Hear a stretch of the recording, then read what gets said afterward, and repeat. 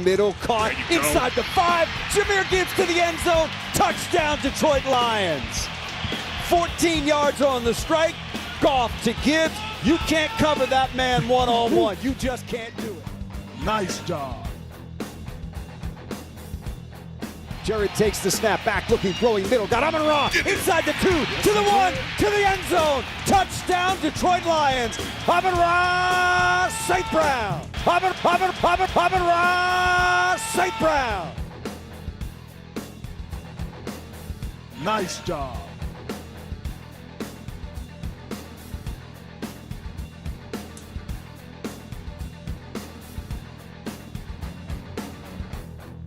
Mariota's got it back. Pressure comes. He's hit. Slips out of it. Rolling to his right. Now he's going down. Brian Branch got him. Sack for the Lions.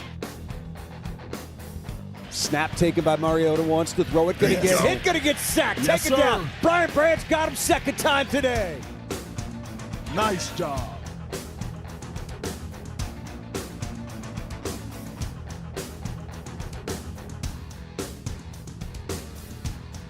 Hands it to Gibbs, running right, runs through a tackle, gets down to the 10, Gibbs to the 5, still fighting, down to the 2, down to the 1, to the end zone! Yes. Touchdown, Detroit Lions!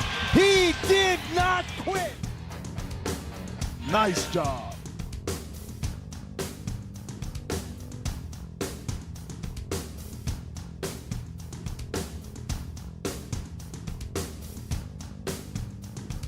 Off to throw again, does, middle, J-Mo angling to the end zone, touchdown Detroit Lions! J-Mo flips into the end zone for 6. Nice job.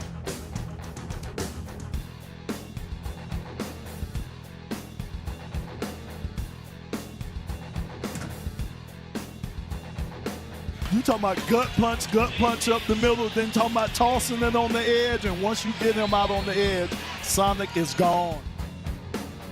Inside the 20, inside the 10, inside the 5. Touchdown, Detroit Lions, 44 yards. Jahmyr Gibbs putting together a day. Hat trick. Nice job.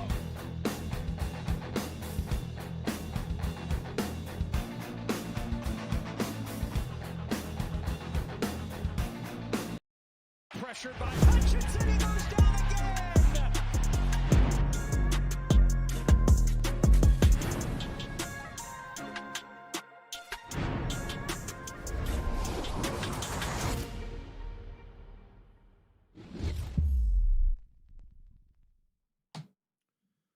All right, welcome in. It is the Rise and Grind Morning Show. It is Thursday, man. Thursday. It is the Whiteout at Ford Field tonight. Lions and Cowboys.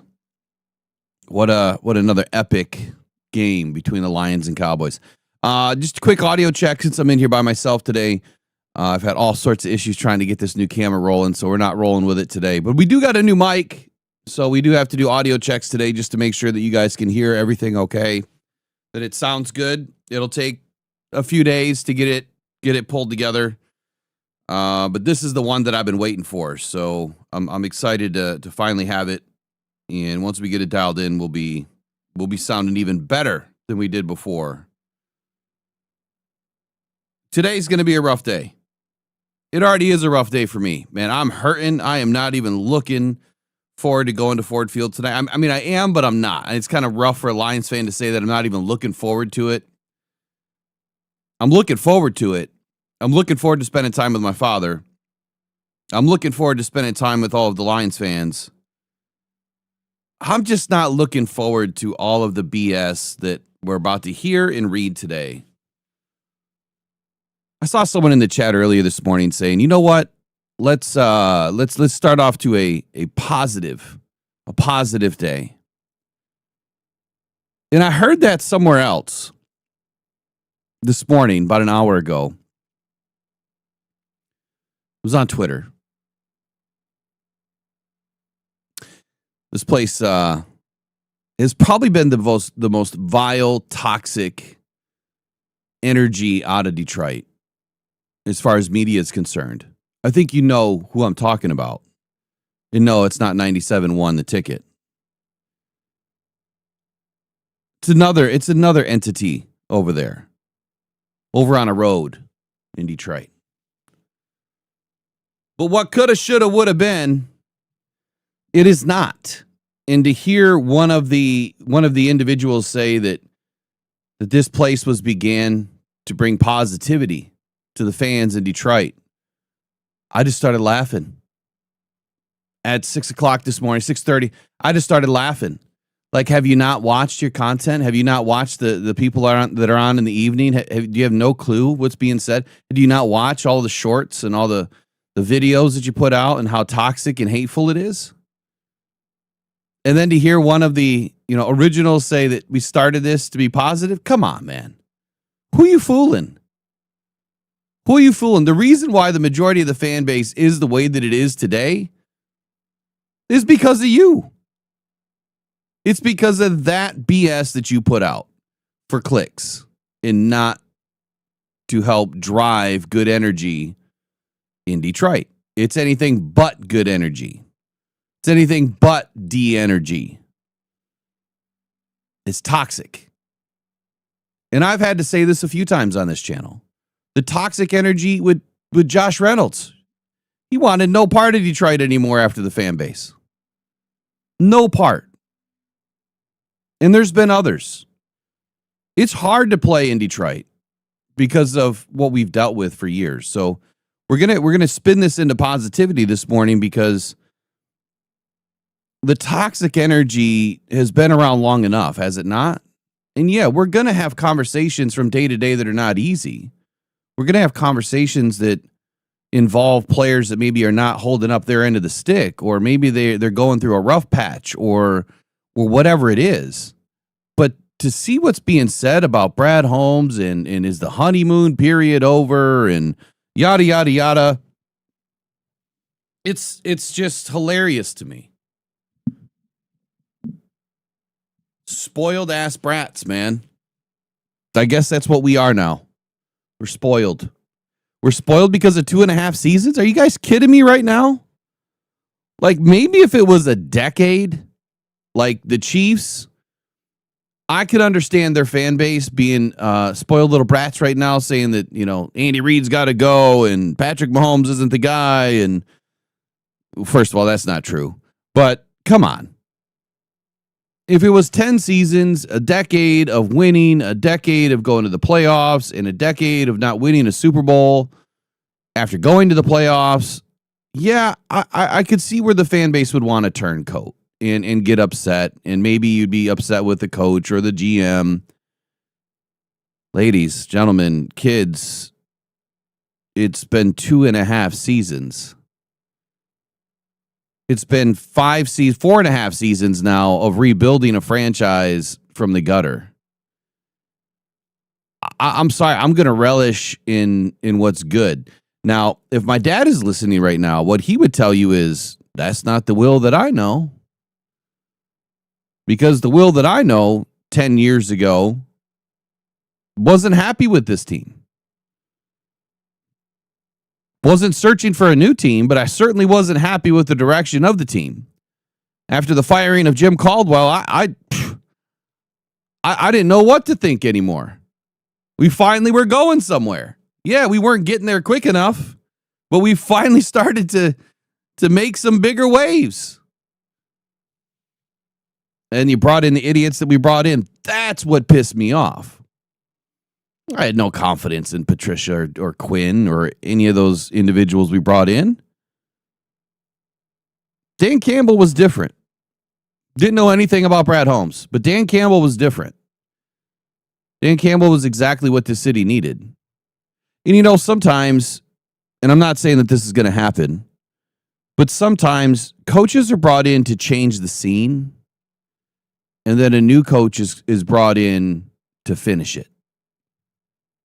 Could that happen in Detroit? Did Dan Campbell come in to get everything turned around and maybe he just can't get it over the hump?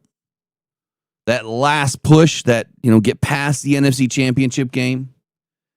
Is he a great coach, but he's not the best coach to get this team to where it needs to be? I don't have any answers for that. And honestly, I wouldn't I wouldn't believe that if you told me. Even if it happened, I still wouldn't believe it. I think that Dan Campbell has what it takes. I know he has what it takes. I've seen what he's been able to do. Yeah, he's had some rough games. You guys, you have to take this season for what it is sometimes. Not every team is going to hit the ground running and continue to win year after year after year, week after week after week. You know what I do enjoy is I do enjoy the fact that we don't go on long losing spurts. Knock on wood, that shit's not happening today. We haven't lost more than one game in a row, and we've got people that are all in their feelings and pissed off about the team. We're not out of the playoffs. Still got plenty of time for that. Yeah, you lose tonight, and things are going to get real dim real quick. Hope is kind of lost at that point. Then it takes a ton of help from around the league, especially within your own division. Today, we're going to talk about the game, the matchup, Lions and Eagles. Lions and Cowboys. It's an eagle in front of me on my phone. Lions and Cowboys today. We're going to break it down a little bit, or a lot of it. And I got to hit the road, get out to Detroit.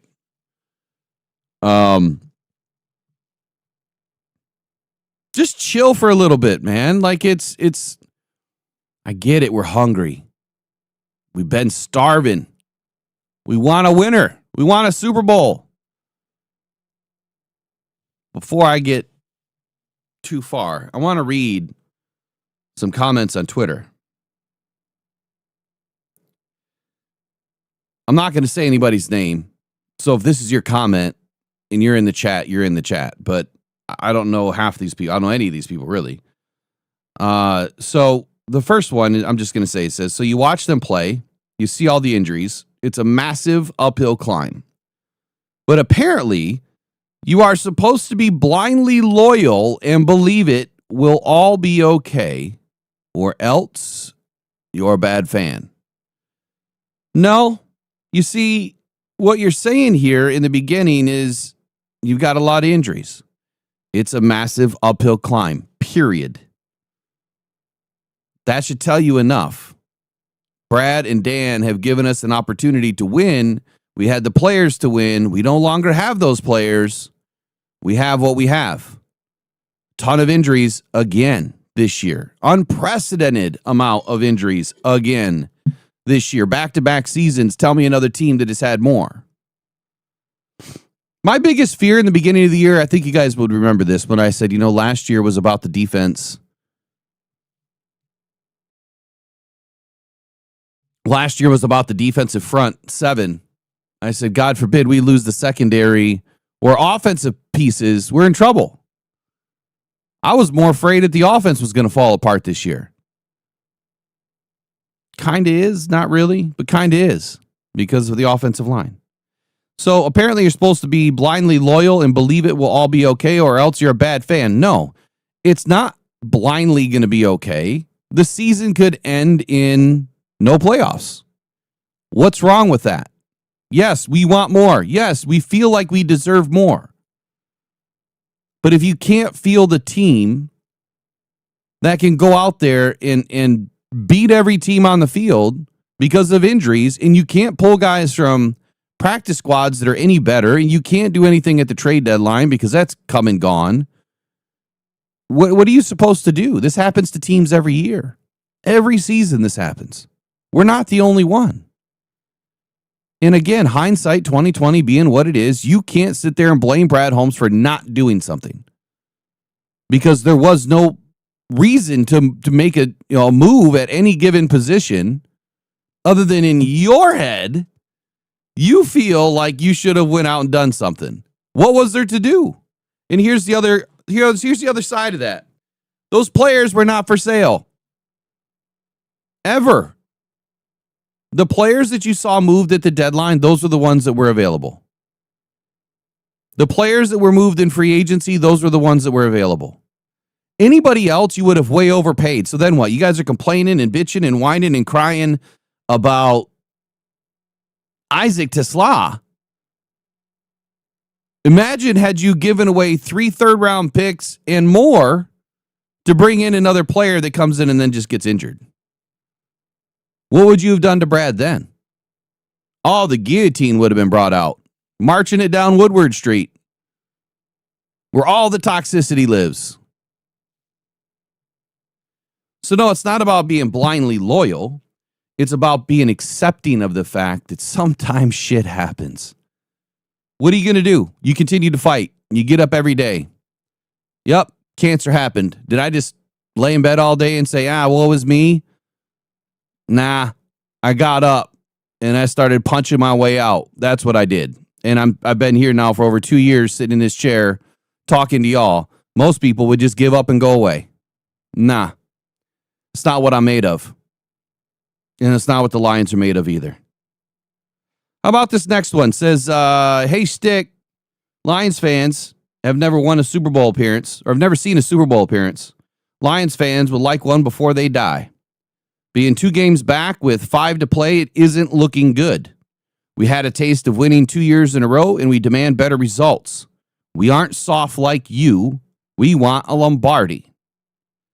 Well, there's nothing about being soft here because you are trying to tell the fans, hey, look, what are we now? Spoiled? Is that being soft? Because someone is telling you you're being spoiled? I get it. We've been waiting a long time. So did Eagles fans. They waited a long time. Remember what I said yesterday? For those of you that weren't in yesterday, it took Howie Roseman 7 seasons. And during those 7 seasons, they missed the playoffs 4 times. And they finally won a Super Bowl. For the Rams and Les Snead, it took them, was it 8 seasons? I think yesterday, 8. And they missed the playoffs like 4 times. And lost wild cards back to back to back. Same thing in Philly. Brad Holmes has a better record than both of those 2 knuckleheads. He has more wins and playoff appearances in 4 seasons than both of them did in their first 6 or 7. And then there's this one. F the Lions. F Campbell. His stupidity cost us a trip to the Super Bowl because he won't kick. And he still hasn't learned from his past mistakes. F them all. F them all. Wow. Wow. We've spoken about the kick, no kick, take the points, don't take the points. Yeah, there's probably a few mistakes in there. Going for it on 4th down at certain areas of the field, probably some mistakes in there.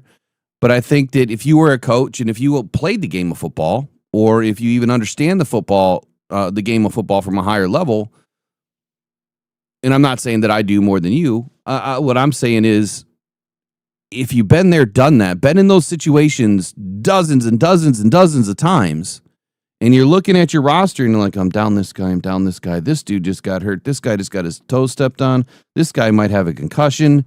This guy's got ribs. This guy's got a back. This guy's got a neck. This dude's out. Fuck, I got to go for it. I don't have a choice. I don't know that we're going to be able to get back on the field and go the other way. I don't know that my defense is going to be able to hang right now. I can't take the points, man. I got to go for it. I got to try to end this. We're in position. I don't know if we're going to get here again. All of that's running through his head in seconds. Remember, you have 15 seconds to get the call into Jared Goff. 15. How many of you make decisions in 15 seconds at work? How many? Raise your hand if you make decisions that fast. And better yet, because a lot of people think they're better than Jared Goff, do me one more. How many of you make decisions in less than 2.6 seconds?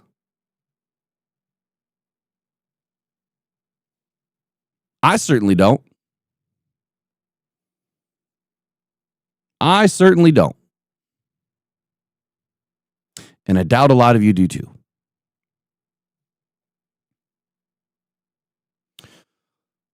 How about this one? I can't argue with what he said, but it's sort of what was to be expected. It's a fan base that does not know what it's like to have a good team. There are two sorts of Lions fans. Number one, Super Bowl or bust. And number two, a team that gets into the playoffs 8 out of 10 seasons. I fall into the latter group, and so does Brad Holmes and Dan Campbell. Brad has said it more than once publicly. Those in Camp 1 are thinking same old Lions fans. And those in Camp 2 are disappointed, but SOL never enters the picture. Well, I'm in Camp 2. Never been SOL. Been disappointed many a times. But still there 27 years later. My whole life watching this team. I'm not going to waste my time or any brain space trying to be negative. When you enter negativity into your life, it spills into everything else. Are you yelling at your wife? Are you kicking your dog? You getting into, skirmishes at work? You having difficulty with coworkers because you're pissed off about a team? Think about that. Think about how many people have been affected that way because of a game. How many arguments over a game? And then there's this one. You're an idiot. Your standard, in quotes, we won a Super Bowl. Of course, going to the playoffs two years in a row and then fumbling and not getting a defensive end 2 again and then missing the playoffs isn't good enough. Why do podcasters have such low IQs? That's hilarious. Absolutely hilarious. So I'm not going to go down the whole road that I went down yesterday, but I think I made it pretty clear.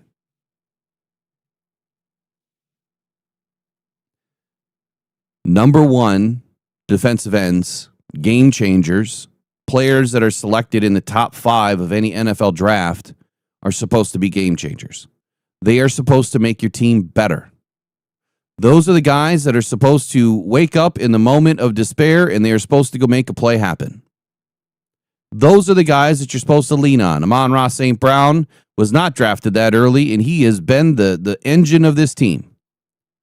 But Aiden Hutchinson was drafted that early, and so far in big moments, he's shown up a couple times.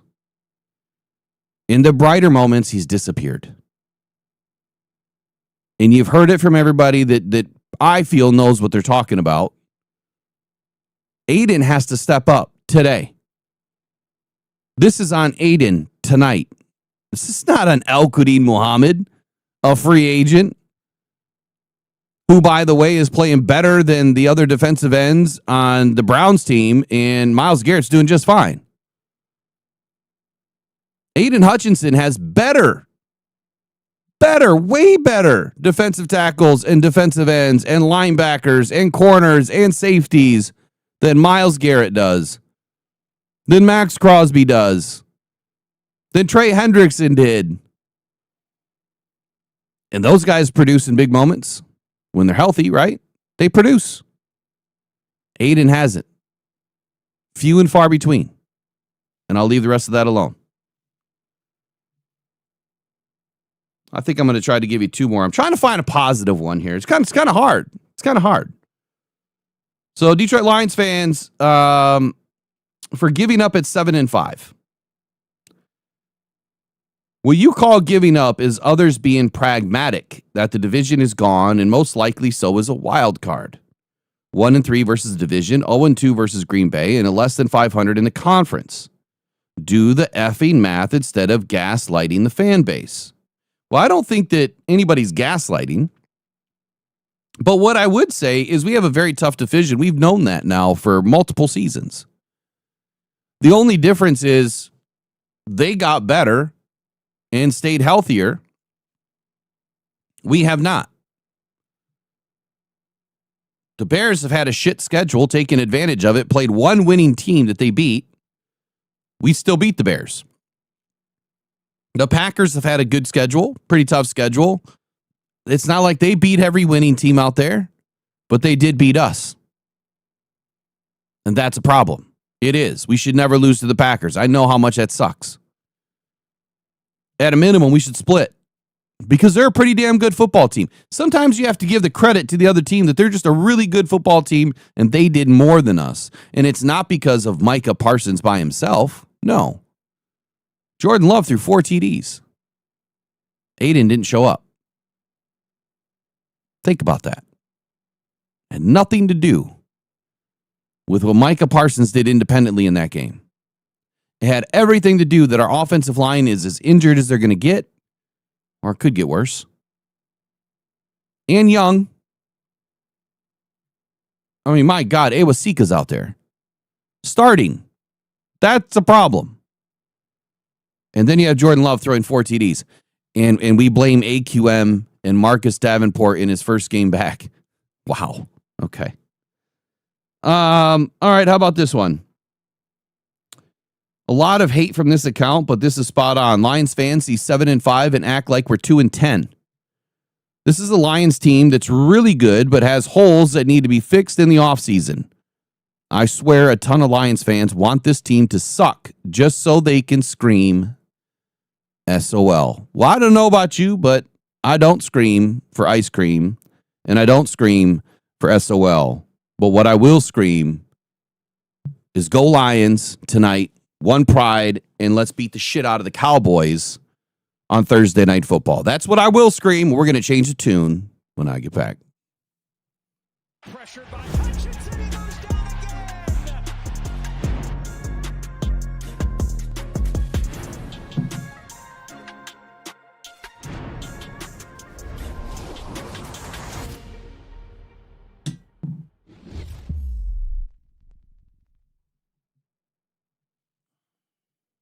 All right, let's do it, man. Let's get into a little bit of a pregame breakdown. Let's talk about the Lions and Cowboys to all the people that your Twitter messages got read, people that I don't know. You got highlighted today, not gaslighted. And Parsons had 2.5 sacks, by the way, not 5. Last week, 2 weeks ago, whatever it was. Last week.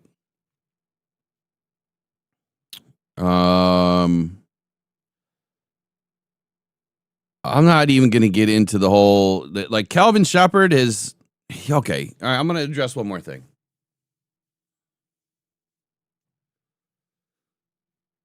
Oh, man.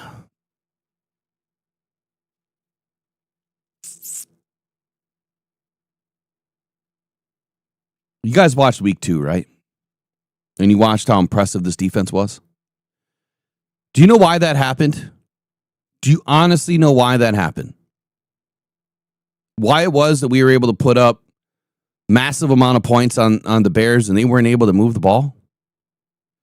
Because they were a young team with a new coach, new philosophies, new offense, new defense, trying to figure themselves out. And now, after playing a very shit schedule, have pulled away a few wins. They've gotten some takeaways against some very bad offenses.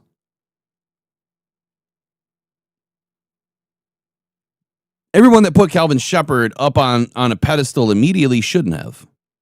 Right? But Calvin Shepard is exactly what's right for this team. He has had this defense doing things much differently and better than what Aaron Glenn had us doing. Schematically. But here's the problem. It's not Shep that you need to be concerned about. It's the players that you need to be concerned about. Do I need to enter Exhibit A again, where I need to bring in Aiden's presser from the other day, where he said that he would play outside the scheme if he needs to, which means freelancing. Can't do that. You can't do that. Who was I listening to last night? I knew that I would forget.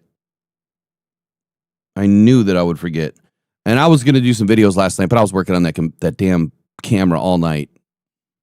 It's almost there.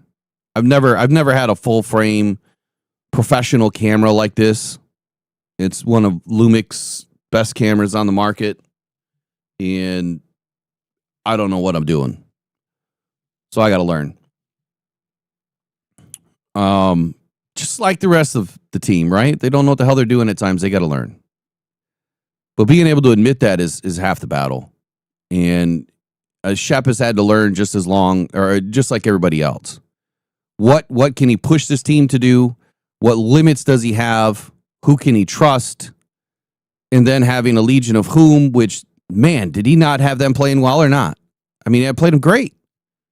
They played great in that first game. That was Shep's scheme. That was Shep telling them to do the things that they needed to do.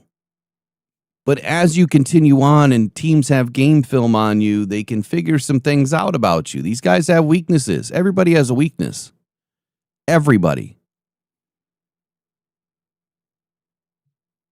And sometimes those things come out. So, again, go look at what we did pre-bye. Much better football team pre-bye, before week 8. What has happened since then is not who this Lions team is. Go look at what we did against the Ravens. You don't trust Shep? Look at the game that we had against the Ravens. Look at the game that we had against the Bengals. And I get it. That was a tough game. Defensively and offensively, it was a tough game for us. Tougher than it probably should have been. But I warned you beforehand, it's going to be a tough game. We're going up against some really good football teams. We're not playing, we're not playing these easy gimme games anymore. The Lions played all these easy schedules forever, and we couldn't win. We've been playing tough schedules since 2023. That wasn't an easy schedule in 23. Wasn't an easy schedule in 24. And it definitely wasn't easy this year. But I absolutely trust Shep. And here's one lesson that we should probably have all learned. Now, did I ever think that we were going to have issues because of coordinators? No, not really. But like I said from the beginning, I never trusted Johnny Moe up in the box, and y'all jumped my case, and look where he ended up. Still in the box, just not as a coordinator. The disconnection is there. And so you're going to have a year of learning. This is a good year of learning. It's a good year of trying to figure out what you have on this team and where you need to go next. But it doesn't mean that we're out. Okay? So let's forget the doom and gloom for a moment. We win tonight, we're just fine. We lose tonight, then it gets really hard. But I'm still not going to throw people underneath the bus. Yeah, we need some change. We need some more players. But that's not Brad Holmes failing this team. That is just a poor, uneducated take, in my opinion. Unless you really looked at the numbers and you really look at what was available and you really looked at what Brad Holmes has done, that is just a terrible take. He has delivered more happiness into the city of Detroit in 2.5 seasons than we had for 60 freaking years. I would take that all day. All day. Let's talk about the fan base for just a moment. One more minute here. There is a lot of conversation here about the fan base being different. Erica said it. I have said it. It is different. I get this feeling now. I mean, just walk around the stadium and you see it. This is not the lunch pail, blue collar, put the team on your back kind of crowd. You have the diehards there, and some of the diehards are not there anymore because they can't afford it. Because they are blue collar, hardworking, working at the Ford plants, the GM plants, right? The utility companies, and the rest of the, the blue collar, hardworking men and women of Detroit that used to be able to afford games. And now they have to decide on whether I feed my family for a week or I go watch a game. That's a pretty tough decision to make, but you know what? They're not going to fail their family because they know how important family is. And the people in this chat today, they're all family to me. They're all family to this channel, whether we agree or disagree. You're all still family to me because we're all Lions fans. And there's always been something about Lions fans sticking together. Always.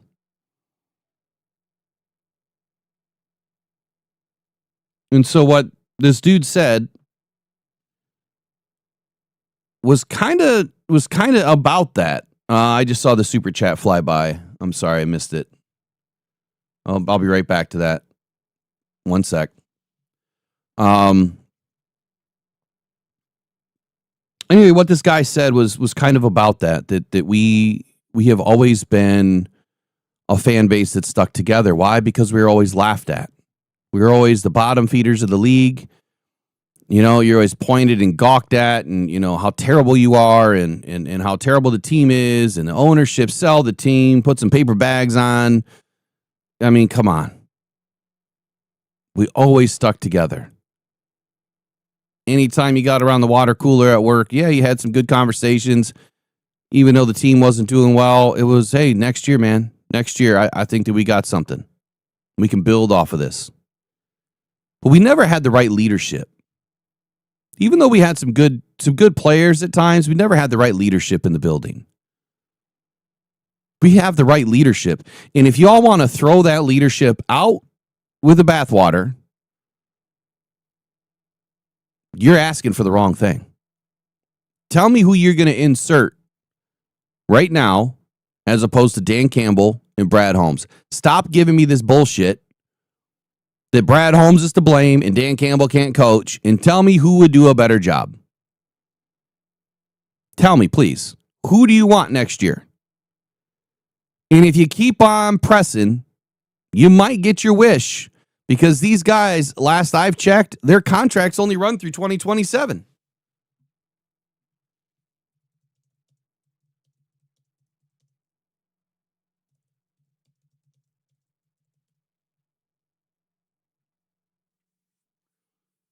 Dan Campbell and Brad Holmes' contracts end after 2027 NFL season. We have 2 more seasons with these guys. If I'm Sheila, I'm extending both of them right now. As soon as this season is done in March, I'm extending both of these guys through 2029.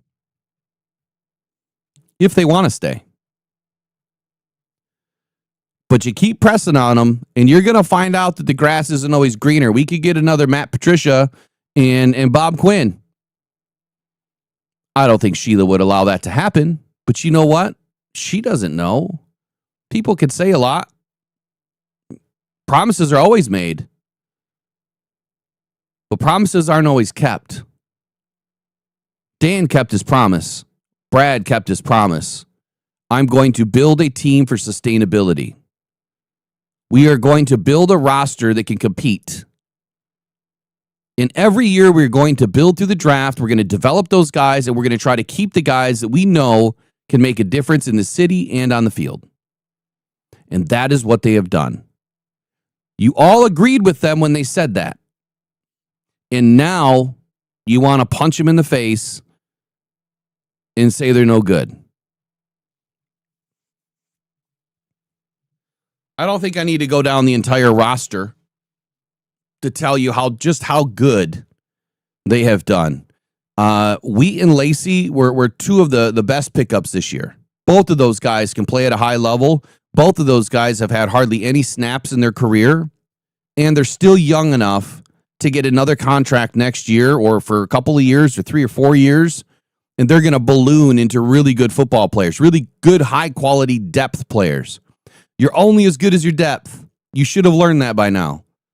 With all of these injuries, there's a reason why we're not spending $40 million on another edge or $30 million on another edge. We will invest a draft pick. Because then you have the ability to coach that player, build that player into your scheme and your system, mold that player like a piece of clay. And that's what they're doing to the roster and the team. And eventually, you're going to squeeze out a winner. There's a reason why there's 32 teams in the league and only one wins a Super Bowl every year, and it's hardly ever the same team twice. It's not easy. You need a lot of luck. You don't need a lot of refs. And you need some good football players. We have the good football players. And you need good coaching, and we have that too. We've had some really shit calls with the refs. And the ball just hasn't bounced our way some days. In 23 and 24, that ball was bouncing to us every time. Every time. And next year, it's going to bounce again. All right, Publigalo, 13,499 super chat. Thank you, buddy. Appreciate you. Says, I got my fiance and I tickets for the game tonight. Can you tell me what the atmosphere is like in Detroit for Whey fans? So your Cowboys fans, I assume, is going to be rough. But you're going to be safe. Safe as you can be in any city. Detroit is Detroit. I'll make one recommendation, and that is park at 1001 Brush Street. Pay the $40-50 to park in a garage. You will find fans like me that park in there. Hell, you may even run into me. And I always welcome everybody. But it's only half a mile from the stadium, maybe 0.4 of a mile from the stadium. It's a nice little walk. And it's in a good part of town. But it's a pretty solid city, man. Detroit's a good city. It has its bruises, just like every piece of fruit does. And you're not going to be anywhere near those areas if you just stay within, the city limits there, within, half mile to a mile away. But you'll be welcomed, but it will be rough, man. It should be. It's game day. But you'll be fine. You'll be fine.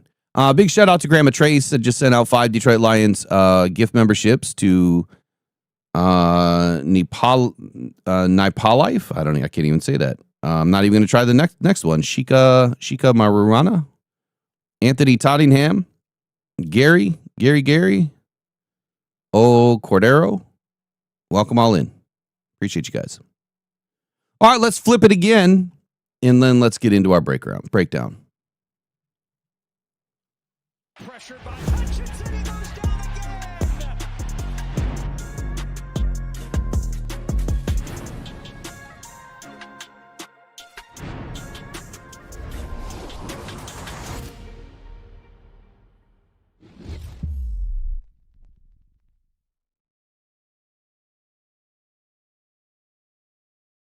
One sec.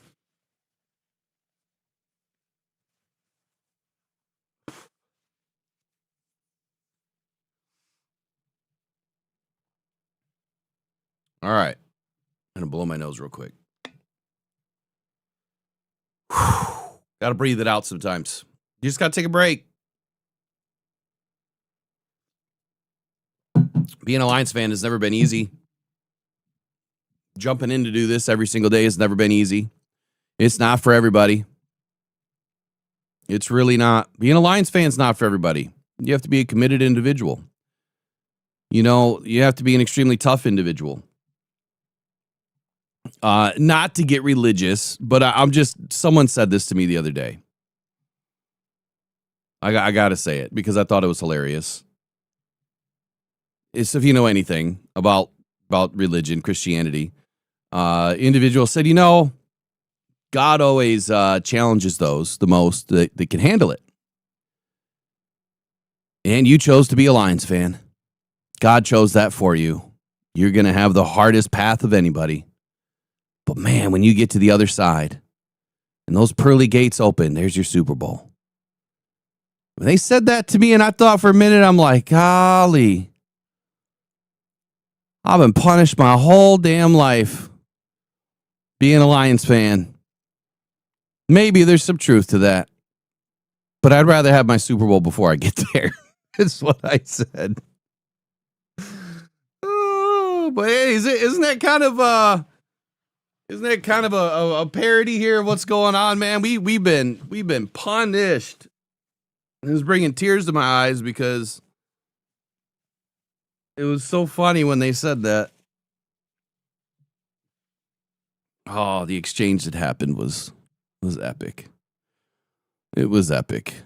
Anyway, let's get into this. So I'm going to start off with some insights of the game, and then I'll get into some of the breakdown. Oh, man. Let's start with Dak Prescott. So Dak Prescott has led the Cowboys offense to an NFL best 393.1 yards per game. This will be the third time that he has led the NFL as a top-ranked offense. Categorically by yards. That's how the NFL does this. He's tied Patrick Mahomes, Tom Brady, and Kurt Warner for the second most all-time. Here's the thing. The season's not over. But they're already giving the guy the best offense. The season's not over.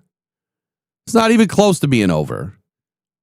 You know, you hold the Cowboys to a couple of low-scoring affairs, and that can all change. It can all change. Jared Goff, on the other hand, 110.2 passer rating, is the third best among qualified passers in the 2025 season. And last year, he posted the second best passer rating of 111.8. Goff could become the third quarterback ever in NFL history to have back-to-back seasons, joining Aaron Rodgers and Drew Brees. And then it didn't finish. So I assume what they're saying here, when they say Goff could become just the third quarterback in NFL history to have back-to-back seasons, I assume meaning over a 110. That has to be what it is. Because 110 is pretty hard to do. What he's been doing is pretty hard to do. And so that's a whole nother conversation. A lot of fans giving up on Jared Goff. My God, do you see the stats that this guy has under the pressure that he's been under? And it's not a little amount of pressure. He's been under a ton of pressure. Watch, yeah, you know what? He looks like an ugly duckling going down when he takes a sack. He doesn't look graceful when he runs. And sometimes the sacks, maybe they look a little worse than they should be. But again, if you haven't stood in a pocket and taken a sack and watched how it can collapse in a heartbeat, a blink of an eye, a guy gets free and he's on you. Jared Goff has some of the biggest nuts I've ever, come on, of any quarterback. He will stand in there and take the hit. As frail as we, think he is, as skinny as he looks, Goff has taken some major licks. And he'll stand in there on the next play and take it again. He will wait till the last second to deliver that ball. Why? Because every time he does, it's usually a nice play. And then sometimes he stands in there till the last second and he can't get the ball out because nobody's open and he takes the hit. But yet we blame Goff for standing in there and taking all these hits. Why? Why are we blaming him? Blame the offensive line. That's not Goff's problem. What could have Goff done? Well, what could he have done? Run to the right or to the left? Sometimes there's not even a way to get out of the pocket. And had he ran either direction, I don't care what direction, most defensive linemen are going to be able to just go yoink and just snatch him up with one arm. And the play's dead. You got to watch film. Highlights don't mean squat. Stop watching highlights and then judging the game. Watch some film. The Cowboys are in the third of fourth consecutive games against the four teams with the best records in the NFL in 2024. The Cowboys beat the Eagles in Week 12, the Chiefs in Week 13, they face the Lions in Week 14, and host the Vikings in Week 15. The Vikings suck. That should be a loss. The 1933 Giants are the only team in NFL history to go 4-0 in a four-game span against the teams with the four best records from the season before. Well, guess what? That's not going to happen today. It's not. So they're going to go 3-1. It's not happening. It's just not. Again, if you have $5 to spare today, please put it on the Cowboys. +7. Or -7, excuse me. Lions offense has failed on each of their last 7 fourth down conversion attempts. That is the longest such streak by any team in the NFL in 2025 and tied for the longest by the Lions since at least 2000. Yesterday, I said that the Lions are going to complete 2 fourth down completions in this game. They're going to be getting rid of that black cloud.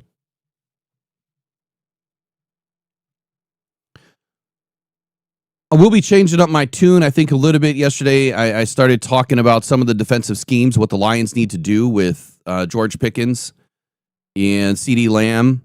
And right now, I'm thinking that George Pickens might be the one that we want to bracket the most. I know that sounds crazy, but it just might be. He has at least 80 receiving yards in each of his last 3 games. He's also accounted for 34% of the Cowboys' receiving yards in 2025. That's the third most of any wide receiver this season. The Lions' defense has allowed 7 opposing wide receivers to record 80-plus receiving yards, including Christian Watson and Dontavian Wicks on Thanksgiving. Just puked a little bit, sorry. So George Pickens is a problem. It's a big-time problem. CeeDee Lamb is also a problem. If we don't go into this game bracketing both of these guys and letting their tight end beat us, we could lose this game.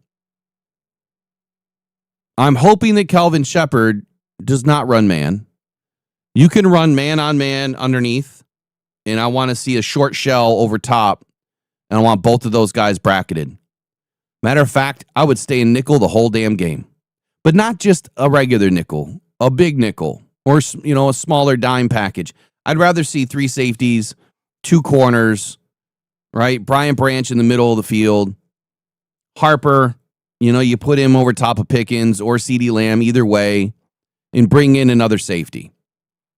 I'd rather get a little bit bigger, but have some speed on the field. So Avonte Maddox probably would be my other guy.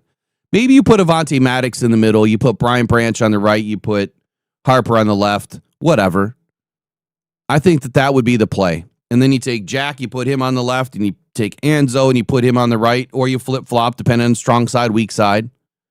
So you got the 3, 2, and then you go to your 5. Or 3, 2, 2, and then you go to your 4 defensive linemen. And you rush 4. And that's it. You rush 4. You shut down the pass game, and then you spy Javonte Williams. Or Javonte Williams. Jesus criminy.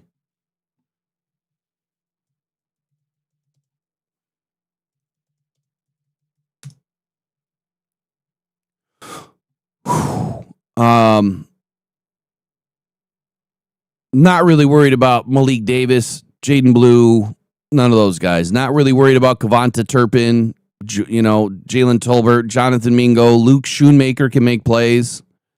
But Jake Ferguson, he can also make plays. But that's the guy I want to beat us tonight. That's it. That's the only guy I would allow to beat us. Javonte Williams is a guy that I would spy tonight, not Dak Prescott. You put the spy on the running back. You bracket CD and George. So that takes away 5 defenders to do that. 5. That would be 2 safeties, 2 corners, and a linebacker. You still have, if you go 3 safeties, you still have Avonte Maddox or Brian Branch in the middle and Alex Anzalone or Jack being able to roam the field to take on the tight end. And if you do a stack formation, even with that third safety in the middle, and if you do decide to put a linebacker kind of over the middle and you run a stack, well, they can go in either direction. Tight end goes this way. All right, that's BB. Running back goes this way. Okay, that's Anzo. What's so hard? All right, if they want to run up the middle, if they want to run out to the outside, you got the guys there. That's where those safeties up top, over top, have to be able to commit to getting downfield fast. I think that's the best way to do it. Again, I'm not a defensive coordinator, but the defenses that I have dialed up for this team, I have watched come to fruition. I will always forever hold Week 18 in my heart of last year when I'm doing a podcast with Thor Nystrom, and I explained to him exactly what I would do with Amik Robertson, and it's exactly what the Lions did. And I called the entire game before the game. Couldn't believe it. But you know what? Thor gave me my flowers afterwards. And so did a lot of fans. Couldn't believe that we made the call. Calvin and Aaron Glenn did it.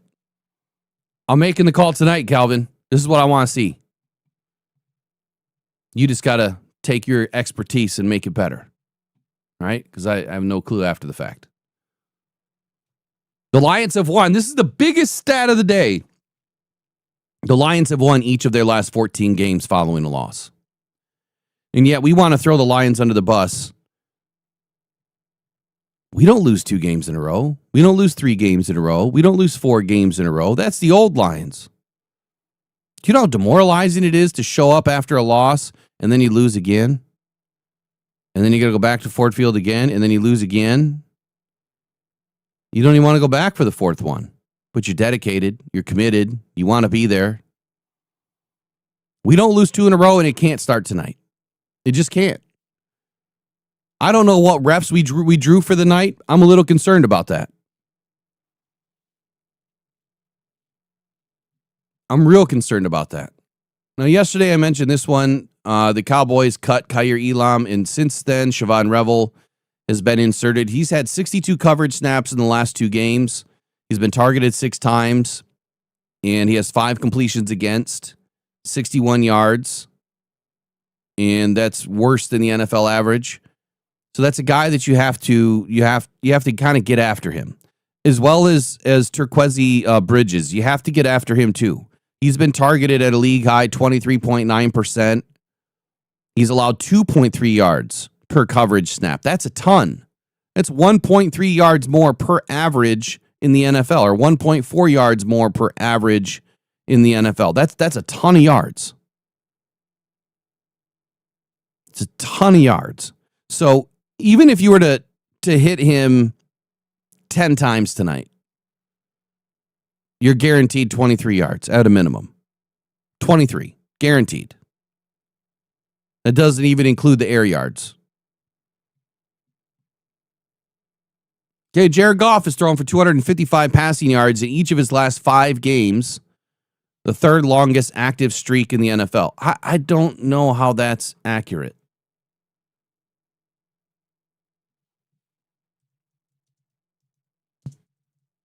I really don't, because, well, I guess it is. There's one game where he had exactly 255, and that was the Eagles. 256, 279, 255, 320, 284. Then 241, 203, 258, 168. Before the bye, we were winning more games with less yards thrown. What has changed is we're throwing the ball more. Dan has to get back to calling a complete game, and a game that is rooted in mixing run and pass. Where's the play action been? That's what we need tonight. Have to get into the play action. Jahmyr Gibbs. So one of the last couple of insights that I'll give you before I get into the rest of the breakdown. We don't know if Amon-Ra St. Brown is going to play. Game time decision. But Jahmyr Gibbs, he's recorded just 21.7% of his total carries this season out of the shotgun. I mentioned this yesterday.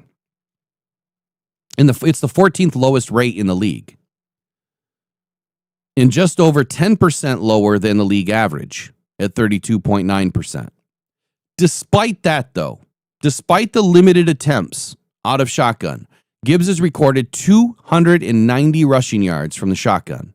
It is the 8th most in the league, and 122 plus rushing yards over expected. He trails only Javonte Williams, who we'll see tonight, who has plus 144. So there's 2 things to take away from this. Number 1, when Dak Prescott is in shotgun, expect run more than 50% of the time. So when he's in shotgun, your defense needs to key in on Javonte Williams. Here's how the spy would work for me. Shotgun, Jack, you're on Javonte. Every time. Every time they're in shotgun, you are on a spy. Why would you not? Because he's running more out of shotgun than anyone else. It should be that easy. And it would also lend, I think, to a better ability to shut down the run game. When he's under center, he's still going to hand the ball off. And yes, you can still spy. But if you're under center, typically you're bringing some more guys up into the box too. And I'm not saying that we need to do that today, but if you do have three safeties in the game, you bring in that third safety, you roll him up. You bring him up behind the linebacker. You get in that stack formation. They won't even see you there. That's how you're able to pick the ball off over the middle. Put your best hands guy as your best safety, your best hand safety in the middle behind Jack. Disguise him. Dak won't even see it coming.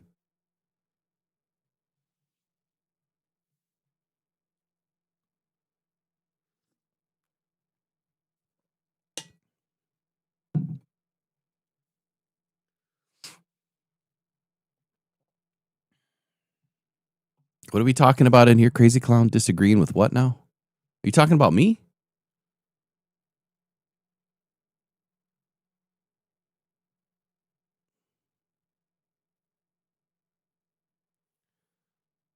What is this? Expand on that. Let me know what you're talking about. I wish we had the AI version. Yeah, I didn't think you were talking about me. I was just curious. I wish we had the AI version in our chat that would tell me kind of like what everyone's talking about. I think you guys get that. Like when you go to YouTube, you can kind of see what everyone's kind of talking, the topics, what they're talking about. We should have that in the chat.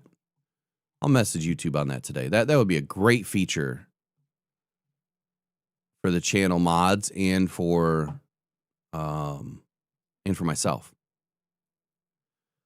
Okay.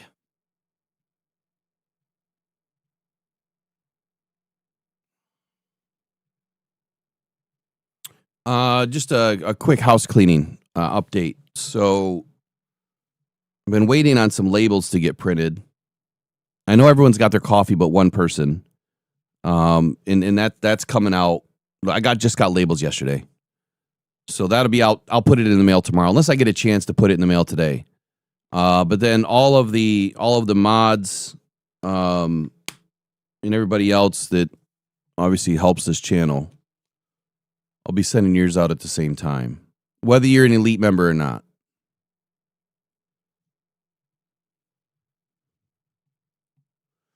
I know it's not due till like February or whatever, but I'm gonna get things out early this year. Christmas is around the corner, so might as well get it done. All right, so what's the story of tonight? What's the real story of tonight? We're going to talk about that in just a moment. Pressured by Hutchinson, he goes down again.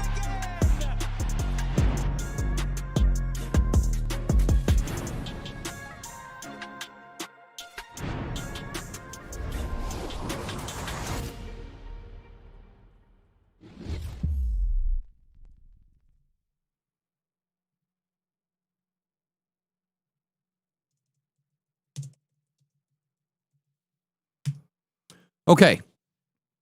Both teams tonight, they're entering what is a must-win game. They're fighting for playoff positioning or to stay alive in the playoffs. And the Detroit Lions are looking to stay in the NFC North race as well. The Cowboys are surging. They have a 3-game win streak. Their offense is cooking. They're on fire. And right now, the Lions just hope to challenge the rest of the NFC, starting with tonight. It's a big game. Wish we wouldn't have lost against the Eagles. Wish we wouldn't have lost against the Packers. Those are 2 games that we needed to win. I haven't even gone through and updated my articles yet. I'll try to get it done. It's just been a rough couple of weeks here. Thank God I don't work for anybody but me, right? I'd be fired. Injury report highlights. So the Lions are banged up, man. That's the biggest headline of the night. We're banged up. There's no other way to say it. We're banged up. We've been hit hard. And it's no excuses, right? You can't have any excuses, but unfortunately, when you're missing more than half of your offense, it's a pretty big excuse. If Dan Campbell pulls this off tonight And yes, I just said that. Pulls this off. This is not a win right now.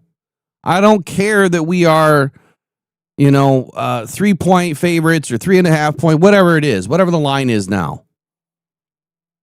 We shouldn't be favored in this game. We are banged up. Pro Bowl tight end Sam Laporta is out for the season. Terrion Arnold is now out for the season. Amon-Ra St. Brown is a game-time decision. And multiple offensive linemen, Penei Sewell, Taylor Decker, they're questionable. They're also banged up. Kirby Joseph, game-time decision. Bryant Branch, questionable. DJ Reed will be in now. What is this? His third game back? It's time to go. It's go time now. Shut him down. That's what you were brought in to do. Do it. Brian Branch needs to keep his helmet off of other helmets. Has to. It's a must. I know that Dan Campbell doesn't want these guys to change the way that they play. And they always say to see what you hit.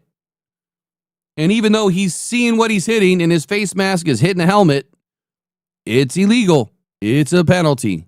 It's a possible suspension at some point. It could be an ejection in a game. It's definitely going to be mail in your mailbox with a nice little fine or big fine. Cowboys are a bit healthier, but Dallas will be without their all-pro corner Trayvon Diggs. And Tyler Guyton, their offensive tackle. Their defense has improved significantly since the acquisition of Quinnen Williams. And so that is a major feather in their cap tonight. To kind of give you the rundown, Jadeveon Clowney is questionable. Tyler Guyton is out. Offensive tackle Akeem Adeniji is unspecified, but he's a full participant. He'll be filling in tonight. He'll be playing tonight. Trayvon Diggs, cornerback, out. Dante Fowler, defensive end. He's a full participant. He'll be playing. Malik Hooker, safety. He's limited on yesterday. He's questionable. And guess who we get to see? James Houston. You remember that guy? He's a full participant, and he'll be playing. George Pickens, Donovan Williams, Deron Bland, who had an amazing, six interceptions for touchdown last year, something crazy like that. He'll be playing tonight. Kalen Carson, Osa Odiguzah, I can't say his last name, and Cavante Turpin, all playing tonight. How crazy would it be if James Houston sacks Jared Goff? How crazy would that be? How crazy would it be if James Houston comes in and just completely wrecks us? I haven't no clue how he's played all year. Haven't paid attention. Just take a quick peek.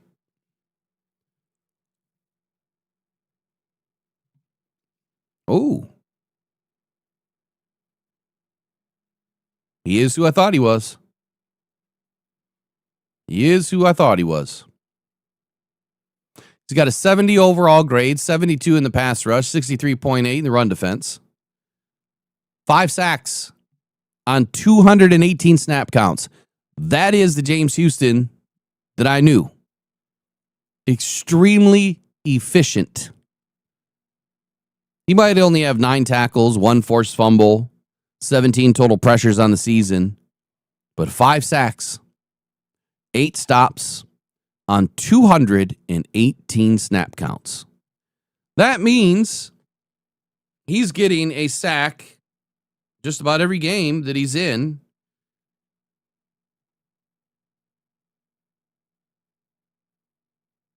Every 43 snaps, he's getting a sack. Now, I don't know how many games he's played this year. Let's just take a look. 1, 2, 3, 4, 5, 6, 7, 8, 9. He's played every week. He's played every week. And he's been averaging, I don't know, what is that?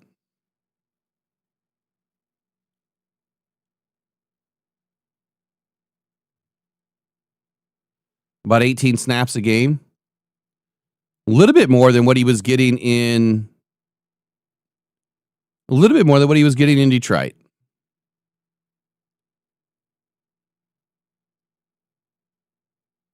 Be an interesting matchup tonight. He obviously knows our offensive line well. We'll see what happens. That's one name to watch tonight. James Houston. He wears number 53.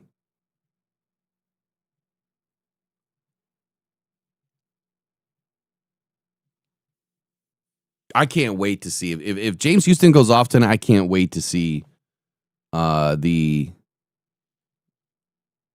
circus that will ensue after it.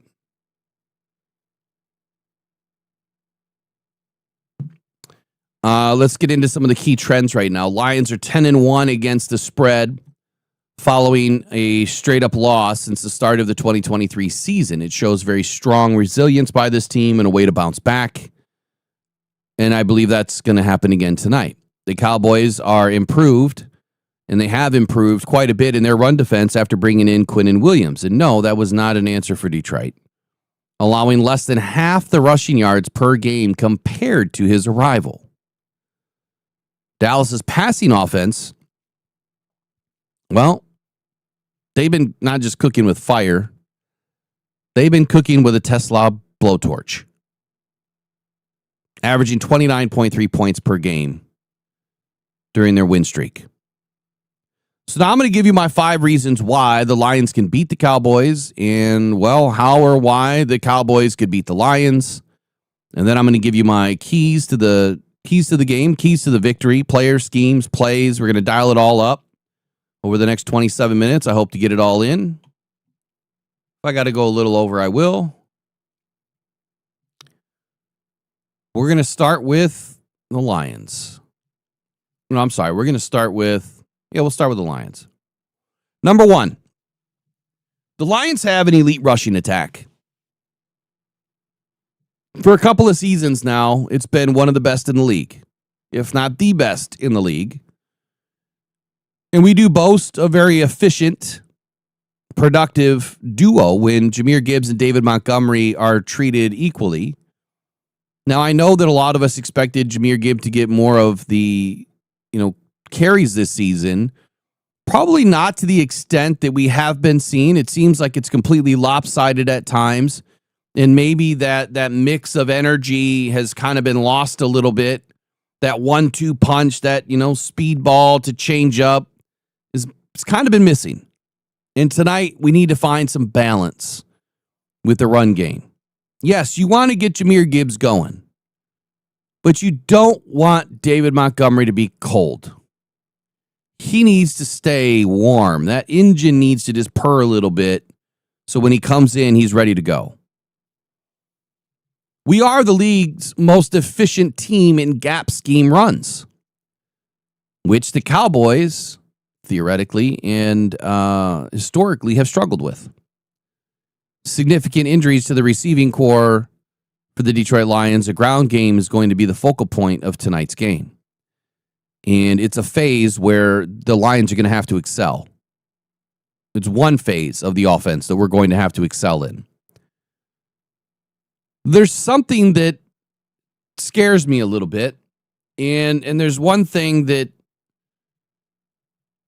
I'm going to tell you about our offense that maybe will give you that aha moment. Aha, this is why it hasn't been working. Or, aha, this is Dan's dumbest way of coaching an offense right now. And that is a stat that I need to find real quick.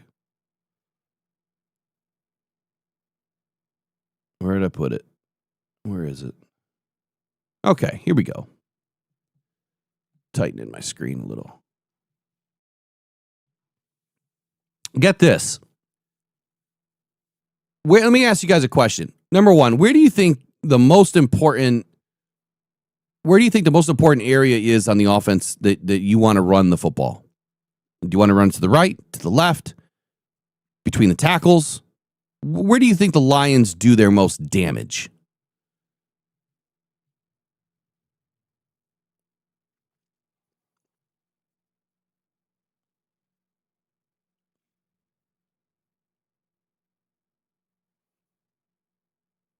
To the right, says Cruisin'. To the right, to the right. Da-da-da-da-da-da. I don't know the rest of the lyrics. Right side, Cruisin'. The most to the right, says Petersaurus Rex. I love that name, Petersaurus Rex. Between Tate and Sewell, behind Sewell.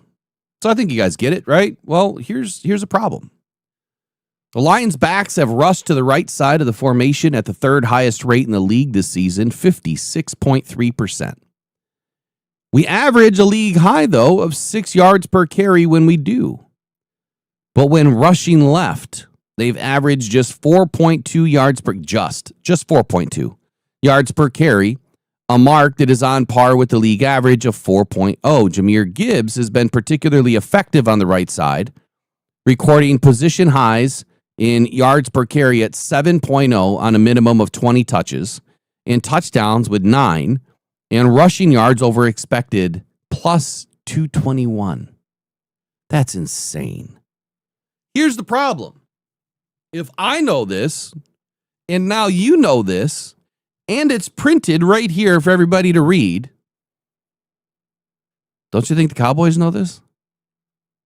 Don't you think all the other teams that we have faced know this? How many times have we watched us run to the right to nothing? Getting bottled up, getting stood up, getting dropped behind the line for a TFL. How many times has that happened over the last 3-4 weeks?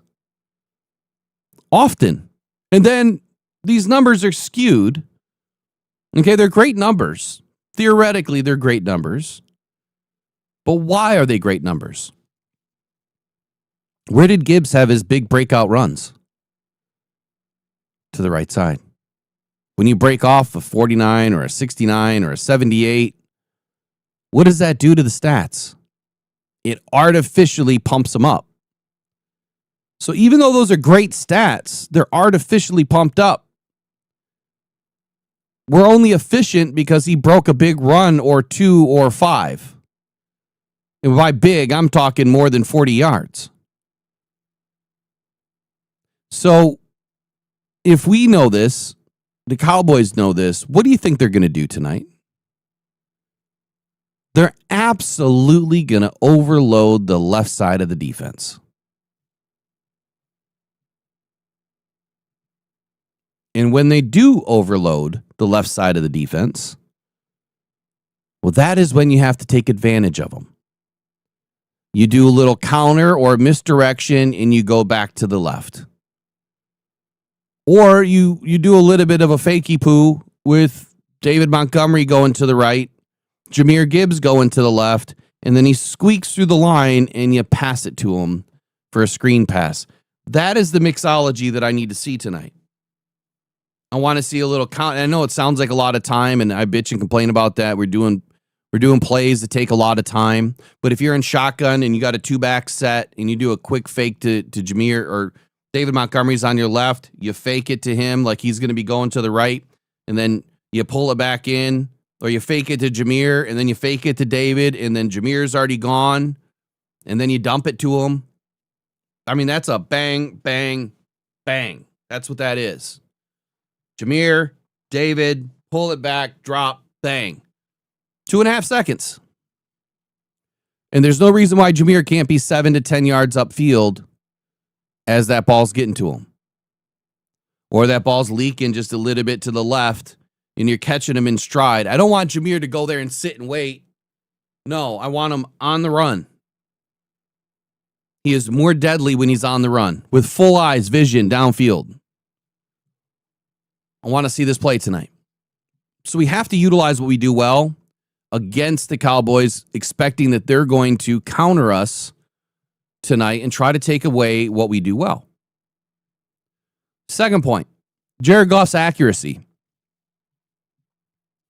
Yeah, that's right. Jared Goff's one of the most accurate quarterbacks in the league. 69.8 adjusted completion percentage. He ranks 94th percentile. 94th percentile among all quarterbacks in the league. Even with Amon-Ra St. Brown out, potentially out, game time decision, his precision needs to exploit this vulnerable Cowboys defense. They rank 30th in the league against the opponent in passing. 251.5 yards per game they're allowing. Now, yesterday I said Jared Goff wouldn't need to throw for more than 230 in this game. I'm expecting right around that mark. I think that Eric was speaking in terms of like 375 or 350 or something like that he was thinking would happen in this game. I'm on the lower end. I'm on the lower end because I think that we need to have calculated, targeted, high percentile passes with a run game that is mixed in and working. And then you could still have 500 yards of offense. I think we need at least 400 yards of offense at a minimum tonight, at least. I don't think it's going to be a shootout, but I do think that we need to get going. We have to complete a couple of fourth downs, and we need to be super efficient on third down. But I don't even want to get to third down. So point one, our elite rushing attack needs to use what we do well against other teams and exploit that against their defense when they overload the left side of the defense, right side of the offense. Point two, Jared Goff's accuracy needs to be on display tonight, but that also means that he's going to have to be clean, at least for 2.6 seconds, at a minimum. To excel upon point two, or I guess to add on to point two, Jared Goff has to get the ball out quick. That doesn't always mean dinking and dunking.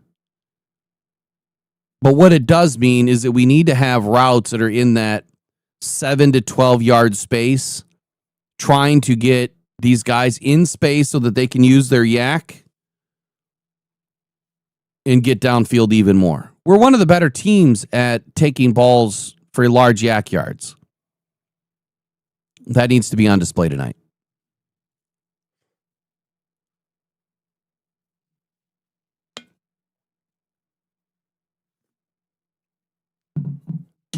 Number three, and this requires you and me and everybody else that's going to be at this home field of Ford Field tonight.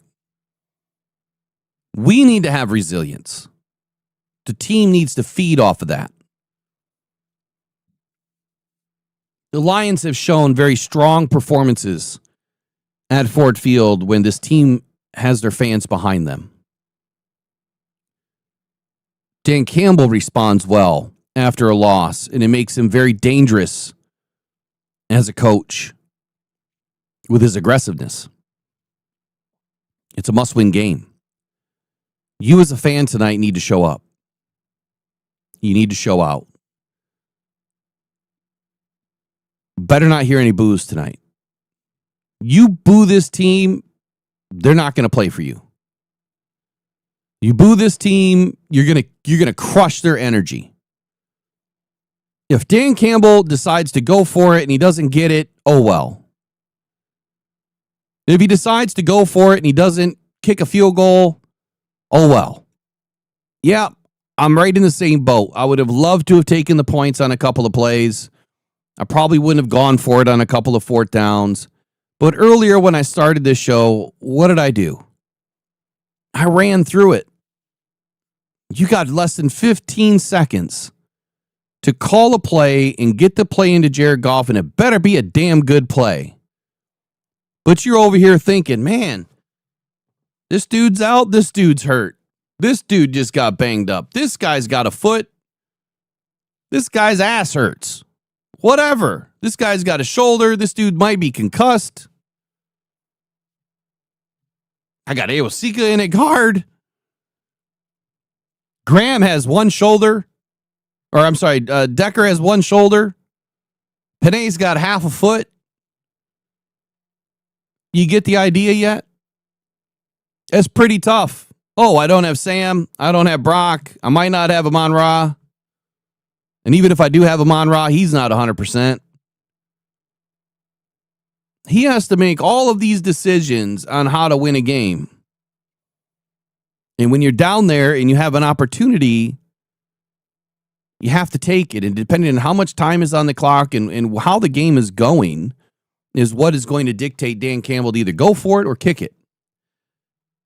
So then here's what would happen tonight potentially.